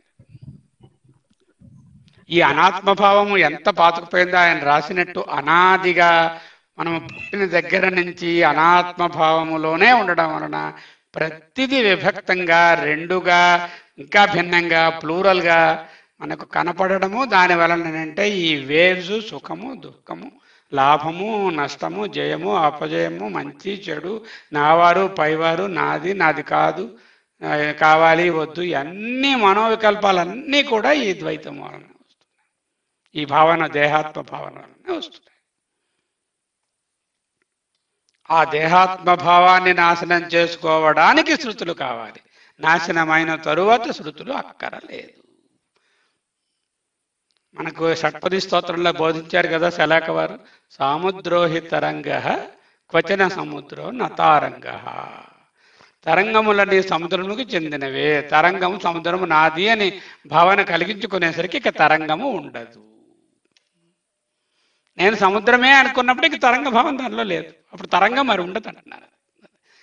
సముద్రోహి తరంగ క్వచన సముద్రో నతారంగ అంటూ నేర్పించారు. అన్నీ అవన్నీ చూపిస్తాయి. షట్పది స్తోత్రం జాగ్రత్తగా చదవండి అందరూ. గురుగారు బోధించిన వీడియో కూడా ఉంది అధ్యయన భారతిలో. దాంట్లోకి వెడితే అన్నీ చెప్తారు. ఇవన్నీ ఆయన చెప్పారు. నిన్న ఎంత అమృతంలా చెప్పారు చూడండి ఆయన పరమాత్మ తత్వాన్ని. చాలా బాగుంది సార్. నిన్న బాగుంది, ఒక్క పిసరు మీరు ఇప్పుడు అదే రేపు నేర్చుకోబోతున్నాం మనం నెక్స్ట్ మంత్రంలో. నువ్వు ఏదైతే ఉపాసిస్తున్నావో అది బ్రహ్మము కాదు. నైదం అదే నెక్స్ట్ దాంట్లోనేమో నైదిదం ఉపాసతే తదేవ బ్రహ్మత్వం విద్ధి నేదం యదిదం ఉపాసతే. అంటే ఏ దేవుడిని చూసినా కూడా పరమాత్మ భావంతోనే చూడండి అంటూ ఆయన చెప్పారా లేదా? అమృతం జాలువారుతుంది ఆయన మాట్లాడుతుంటే. తర్వాత గంభీర్యత ఉండాలి, నెమ్మదితనం ఉండాలి, గట్టిగా వాళ్ళని కొడుతున్నట్టు తిడుతున్నట్టు కాకుండా విషయానికి కావాల్సిన విషయాలే చెప్తూ సందర్భం వచ్చినప్పుడు విశేషిస్తూ చెప్పారు. పుష్కరము అనే దానికి నానార్థాలు ఉంటాయమ్మా, అందులో ఒక అర్థం ఇది అని. పుష్కరానికి 100 అర్థాలు ఉన్నాయి, దగ్గర దగ్గర 20 అర్థాలు ఉన్నాయి. ఆకాశాన్ని కూడా పుష్కరం అంటారు. ఇప్పుడు అధ్యారోపం అంటే పుష్పం ఎగ్జాంపుల్, ప్రిజం ఎగ్జాంపుల్ పెట్టుకోండి. తర్వాత అనాత్మ పోగొట్టుకోవడము అంటే శబ్దం ఎగ్జాంపుల్, నిశ్శబ్దము పెట్టుకోండి మనసులో. ఆత్మ తెలుసుకోవడం, అనాత్మ పోవడం అంటే శబ్దము లేకుండా చేసుకోవడమే నిశ్శబ్దము. అది తర్వాత ఏమో శంకరుల కథ ఇప్పుడు చెప్పాను, అదేం కథ కాదు, నేను ఇప్పుడు కల్పించినటువంటిది. సముద్ర తరంగవాదాన్ని ఆ విధంగా వేవ్స్ అడిగేయని ఊహించుకోండి. అవును సార్, ఇంత ఎక్కడ విన్నానో మీరు చెప్పారు. ఎక్కడ లేదు, ఎక్కడ కాదు, ఊరికే మా సముద్ర తరంగవాదం ఉంది, దానికి ఒక చిన్న కథ కల్పించాం. మీరు కల్పించారు, అర్థం అవడానికి. అంతకన్నా బాగుంది కథ కూడా. తెలియని దానికోసమని మనము తెలుసుకోవాలనే తపన ఉంటుందన్నది అందరికీ తెలిసిన విషయమే. కానీ అది కూడా ఇక్కడ ఉండదు. ఎందుకంటే ఇది తెలియని విషయము కాదు, తెలిసిన విషయము కాదు. కాబట్టి తెలియనిదైతే దాని అపేక్ష ఉంటుంది, దాని మీద అపేక్ష ఉంటుంది. ఇది తెలియనిది కాదు కాబట్టి అపేక్షతో సాధించబడదు. ఇవన్నీ కొట్టేగా ఏంటి మిగులుతుందంటే ఇది ఆబ్జెక్ట్ కాదు, ఆబ్జెక్ట్ తెలిసేది కాదు, తెలియనిది కాదు, నోవబుల్ కాదు, నోన్ కాదు, అన్నోన్ కాదు అంటే ఆ సబ్జెక్టే అయిపోతుంది. అంటే సబ్జెక్ట్ అంటే అదే నోయర్, నోయర్ అంటే ఆత్మ అయిపోతుంది. ఇప్పుడు ఒక ప్రొజెక్టర్లో లైట్ వస్తుంది, సినిమా కనిపిస్తుంది.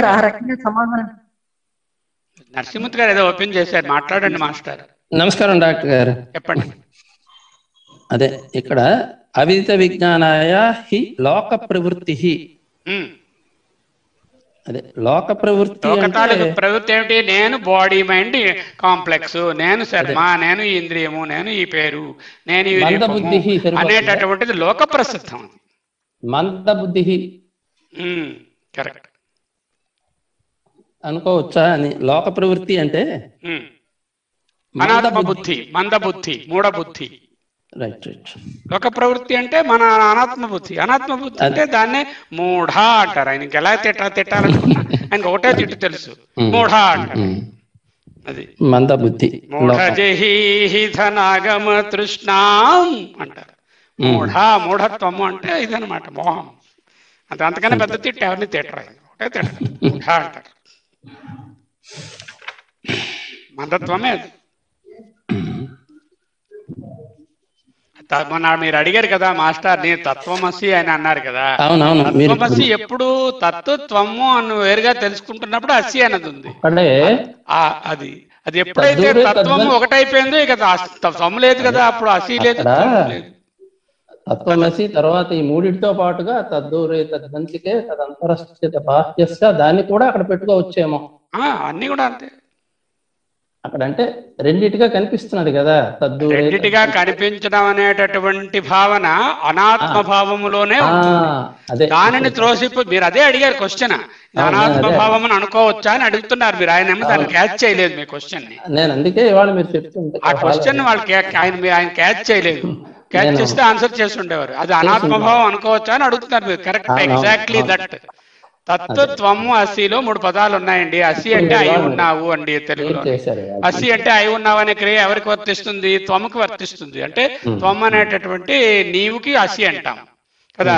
ఆ త్వం అనేటువంటి నీవే లేదనుకోండి, అప్పుడు తదస్తి అయిపోతుంది. తత్తు ఉన్నది, అది అస్థి అంటాం. అప్పుడు అది ఉన్నది అన్నట్టు తదస్తి. ఆ తత్తుకి అస్థి ఎక్కర్లేదు కదా, తత్వ అస్తిత్వమే తత్తు. అంచేత అస్థి కూడా పోతుంది. అప్పుడు ఏంటి మిగులుతుంది? తత్తు మిగులుతుంది. తత్ అంటే ఏంటి? సత్తు, అంతే. ఆత్మ అనేది ఇప్పుడు మీరు చెప్పినట్టు అటు జీవాత్మ అనాత్మ భావంతో జీవుడు అనే భావంలో ఉంటే త్వం, జీవాత్మ అనే భావం వస్తే త్వం పోతుంది. జీవుడు జీవాత్మ. జీవుడు ఎవరు? దేహేంద్రియ సంఘాతము. అవును. జీవాత్మ ఎవరు? దేహేంద్రియ సంఘాతమును ప్రతిఫలింప చేస్తున్నటువంటి చైతన్య శక్తి జీవాత్మ. జీవాత్మ భావము ఎప్పుడైతే ఉందో జీవాత్మ వేరుగా తెలియడు. ఇందాక స్టోరీ చెప్పుకున్నాం కదా, ఈ వేవు నేను సాగరమేనా, నేను సాగరమేనా, నేను ఆత్మేనా అని అందరూ అలాగే అది జీవభావంలో ఉంటే తెలుస్తుంది. అప్పుడు త్వం కావాలి. తత్ త్వమసిని గురుగారు బోధించారు. అయిపోయిన తర్వాత అయం ఆత్మ బ్రహ్మ, అహం బ్రహ్మాస్మి. డాక్టర్ గారు ఇప్పుడు అదే సందర్భంలో ఒకవేళ ఇది కూడా వస్తే ఎక్స్ప్లెనేషన్ ఎలాగ చెప్తారు? ఏది? ఇప్పుడు తత్వమసి అన్న దగ్గర ఇప్పుడు మనం విడదీసినట్టుగా తద్దూరే తద్వంతికే ఈశావాస్యంలో చెప్పినట్టుగా ఆత్మతత్వం రెండింటికి చెప్తుంటారు కదా, అక్కడ కూడా ద్వైతంగా ఉండేటట్టుగా అనిపిస్తుంది కదా. అంటే మనం ఏదైనా బోధించాలి అనుకోండి, బోధించేవారు వేరు, బోధించబడేవారు వేరు అని రెండు ఉంటేనే కదా బోధన జరుగుతుంది. అంటే ఏంటనమాట, అప్పుడు మళ్ళీ రెండు వచ్చాయి కదా. బోధించబడేది పోనీ ఆత్మే అనుకోండి, గురువు కాకుండాను ఆత్మజ్ఞానమే, ఆత్మే మనకి బోధిస్తుంది అనుకోండి. అప్పుడు బోధించబడే నేను అని వేరే ఉండాలి కదా. అటువంటి తత్వంలో తత్వమసి, అయం ఆత్మ బ్రహ్మ, అహం బ్రహ్మాస్మి. ఇంకా అహం ఉన్నది, బ్రహ్మ అస్మి అయి ఉన్నాను, అయం ఈ ఆత్మ బ్రహ్మ, ఈ ఆత్మ బ్రహ్మ అన్నట్టు ఇంకా ప్రతి స్టేజ్లోనే ఆ బోధన వాక్యాలన్నీ బోధనలో ఉండేటప్పుడు అంతసేపు కూడా ఈ త్వము తత్తు విడగొట్టి చెప్పడానికి పనికి వస్తాయి. అందుకే ఆయన అదేం చెప్తున్నారు, నిజంగా అది ఆత్మ అయినప్పుడు దానికి ఏ విజ్ఞానాన్ని అది అపేక్షించదు. అనాత్మభావంలో ఉన్నప్పుడే విజ్ఞానాన్ని అపేక్షిస్తుంది.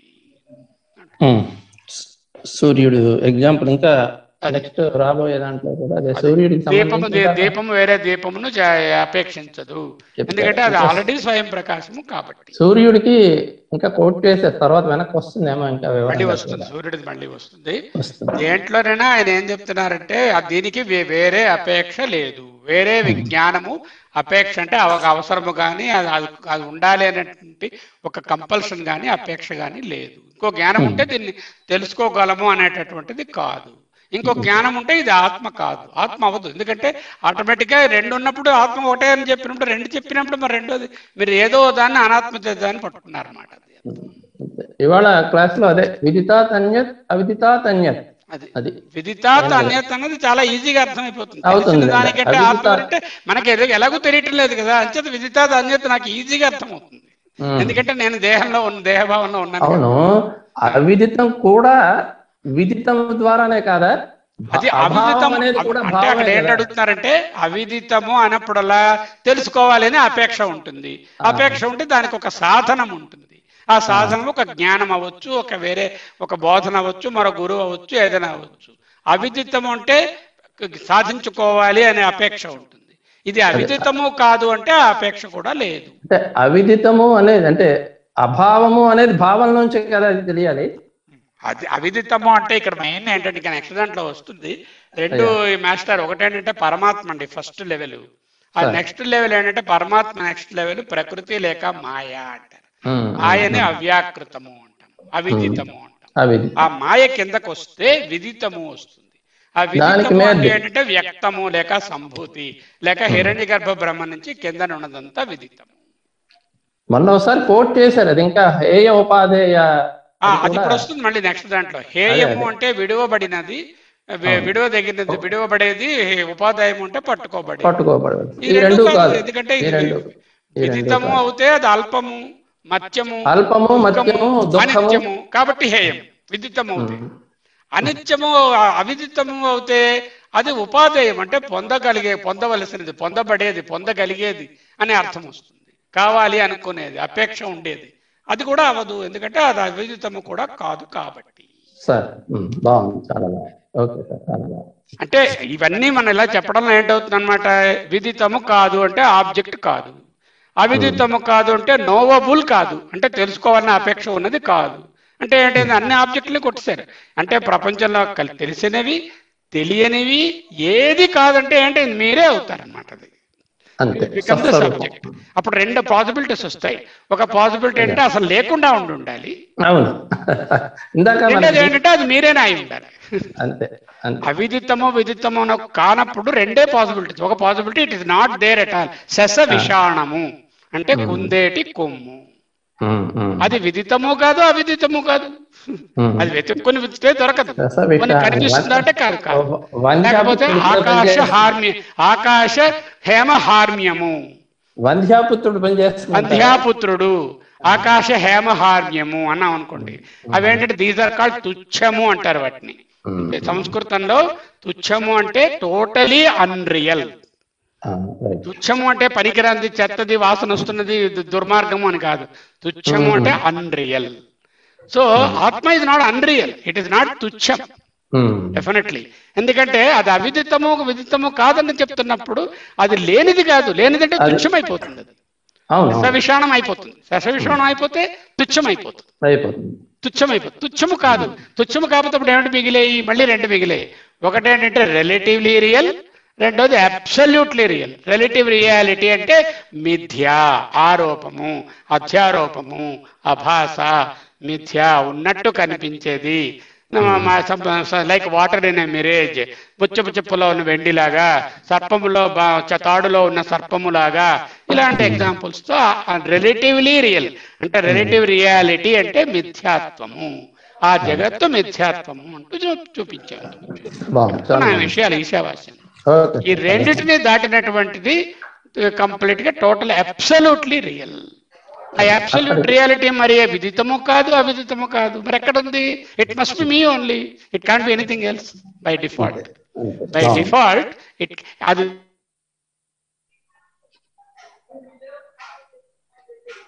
స్వరూపమే అవుతుంది, ఇంకేది అవదు. ఆ స్లైడ్స్ పంపిస్తాను, మీరు చూడండి. ఈశావాస్యంలో కూడా ఇవన్నీ చక్కగా చెప్పుకున్నాము. తుచ్చము మీరు లేరు అంటే మీరు ఫాలో అవ్వలేదు. ఈ తర్వాత సంభూతి అసంభూతి కూడా అక్కడ చాలా క్లియర్ గా వచ్చేసాయి అనమాట. ఏది విదితమో ఏది అవిదితం అన్నది అక్కడే చెప్పారు మనకి అన్ని. పంపిస్తాను. ఇప్పుడు అర్థమైందా? తుచ్చము అంటే శశ విషాణము, ఆత్మ తుచ్చము కాదు, పరమాత్మ. ఎందుకంటే అది డెఫినెట్ గా అది నువ్వే కాబట్టి అది నోయర్ లేదే ఏదీ లేదు కదా, అన్ని దానివల్ల తెలుస్తున్నాయి. అంచేత అది లేకపోవడం అన్న ప్రశ్న లేదు. అది మిథ్యయా అంటే కాదు, ఎందుకంటే అది విదితము అంటే ఉన్నది ఉండదు. మిథ్య అంటే కొంతసేపు ఉంటుంది, కొంతసేపు ఉండదు. అంటే ఆగమ అపాయం ఉంటుంది, వచ్చిపోయే భావం ఉంటుంది, ప్రకాశ అప్రకాశం ఉంటుంది. అది లేదు కాబట్టి అది మిథ్య కాదు. అప్పుడు అది అవిదితమా పోని అంటే అవిదితము అయితే దానికి మళ్ళీ ఒక జ్ఞానం ఉండాలి. ఏ జ్ఞానం చేత అది సాధించలేము కాబట్టి, అది ఏ జ్ఞానాన్ని అపేక్షించదు కాబట్టి అది అవిదితము కన్నా అన్యము. అంటే అప్పుడు ఏమైంది? నువ్వే, మీరే, నేషనల్ మాస్టరే, శర్మే, అంతే. అది బాగుంది సార్. అలా డెరైవ్ చేస్తారు వాళ్ళు ఒకటి ఒకటి. మీరు వేస్తున్న ప్రశ్న అదే. ఇక్కడ ఆవిడ తత్వమసి అనే దాంట్లో తత్వము రెండు కనిపిస్తున్నాయి కదా, ఈ ద్వైతము అనాత్మ భావంలోనే ఉంటుందా అని అడుగుతున్నారు మీరు. అది అదే కరెక్ట్, అనాత్మ భావంలోనే రెండు కనిపిస్తాయి. తర్వాత సోహం అన్నిట్లో కూడా సోహంలో ఇంకేమీ లేదు, సోహమే మిగులుతుంది. సహా అహం కూడా పోయి ఆ సహయే మిగులుతుంది. సహా అహం అన్నాం అనుకోండి సోహంలోని, అతడు నేను. మరి ఇక్కడ నేను పోతే ఏమి మిగిలింది? సహయే ఉన్నది. ఇక్కడ సహ అంటే సత్తే ఉన్నది, అక్కడికి చేరాలి. కామదాసోహం, మా దాసోహం, దాసోహం సోహం సహ. సహ ఈజ్ నథింగ్ బట్ సత్. బాగుంది సార్, బాగుంది, చాలా బాగుంది.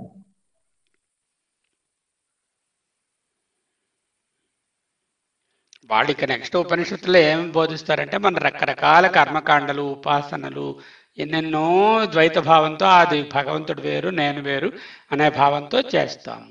అవి ఏవి నిజమైనటువంటి ఆత్మజ్ఞానము కాదు. తదేవ బ్రహ్మత్వం విద్ధి న యదిదం ఉపాసతే నేదం యదిదం ఉపాసతే అంటూ వస్తాయి మంత్రాలు. అంటే ఇది కర్మకాండగా ఉపాసన కాండ కాదు కదండి, అది దాటినటువంటి జ్ఞానకాండలో కదా మనం ఉన్నాం. ఇప్పుడు ఉపనిషత్ ప్రబోధం ఇలాగే ఉంటుంది. పూర్వమీమాంసలో అయితే కర్మలు ఉంటాయి. కర్మల వల్ల లోకాలు, పితృలోకాలు, దేవలోకాలు, ఉత్తరాయణ మార్గం, దక్షిణాయన మార్గాలు, పునరావృత్తి మార్గం నన్ను చెప్పారు కదా వాళ్ళు మాస్టర్. పునరావృత్తి భయము లేనటువంటి స్థితి అన్నారు వాళ్ళు అక్కడ. అంటే ఏంటంటే మళ్ళీ పుడతాము అనే భయం లేని స్థితి కలుగుతుంది ఆత్మభావం ఉంటే అంటే నన్ను మాస్టర్ బోధించారు కదా. మొన్న చెప్పుకున్నాం మనం ఈ ప్రయాణంలో ఆత్మభావం పొందుతామో లేదో, there are several intermediary goals. ఆ ఇంటర్మీడియట్ గోల్స్ ఏమిటి? నా మనసు నిశ్చలమవుతుంది, నాకు ఈ అలజడులు తగ్గుతాయి, నాకేమో ఈ సుఖ దుఃఖాలు అనే ద్వంద్వాలను దూరం అవుతాను. ఈ విధంగా అన్నీ ఒక్కొక్కటి 5 రకాల లిస్ట్ చేసుకుని అందరికీ యాక్సెప్టబుల్ అవుతాం. సర్వ పూజ్యభావం కలుగుతుంది. మనం అందరినీ పూజిస్తాం, అందరి చేత పూజింపబడతాం. అంటే అహంకారం కోసం కాదు పూజించబడడం, అంటే అందరి చేత సమానితం అవుతాము. ఇవి ఇంటర్మీడియట్ గోల్స్.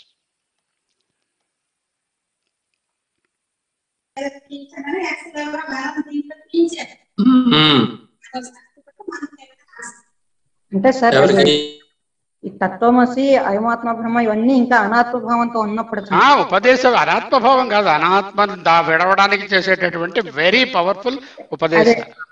అంటే అప్పటికి ఇంకా అనాత్మతో ఉన్నట్టు, అనాత్మటే కదా, ఉన్నవాడికే కదా బోధించాలి, తెలిసిన వాడికి ఎందుకు బోధన? అదే ఇప్పుడు మీకు ఒక విషయం తెలుసు, నువ్వు బాగా వంట పులిహార తయారు చేయడం, మళ్ళీ మీకు ఒకరు వచ్చి బోధించారేమిటి? మీరే పులిహార దానికి ఎక్స్పర్ట్ అయినప్పుడు మరి బోధించాల్సిన అవసరం లేదు కదా, తెలియనప్పుడే కదా బోధించబట్టారా? అది తెలియని దాన్ని తెలుసుకోవాలనే అపేక్ష ఉంటుంది, బోధన అవసరం ఉంటుంది, జ్ఞానం కావాల్సి ఉంటుంది. అది తెలియనిది కూడా కాదన్నప్పుడు ఏ జ్ఞానము అపేక్ష ఉండదు అంటున్నారు. అది ఆయన చెప్తున్నది. అలాంటప్పుడు ఇవన్నీ ఎందుకండి, అవన్నీ ఇన్ని చెప్పారు కదా, అవన్నీ ఉంటే ఆత్మ పొందాలి, ఇలా చేయాలి అలా చేయాలని వాళ్ళు కొటేషన్ ఇచ్చారు. అయ్యే బాబు, అది కాదండి, అది మన ఆత్మలో ఉన్నవాడికి, ఆత్మభావం లేని వాళ్ళకి చెప్తున్నాయి ధరించుకోవడానికి మార్గాలు అంటూ ఆయన అక్కడ మళ్ళీ సమర్థించారు వాటన్ని.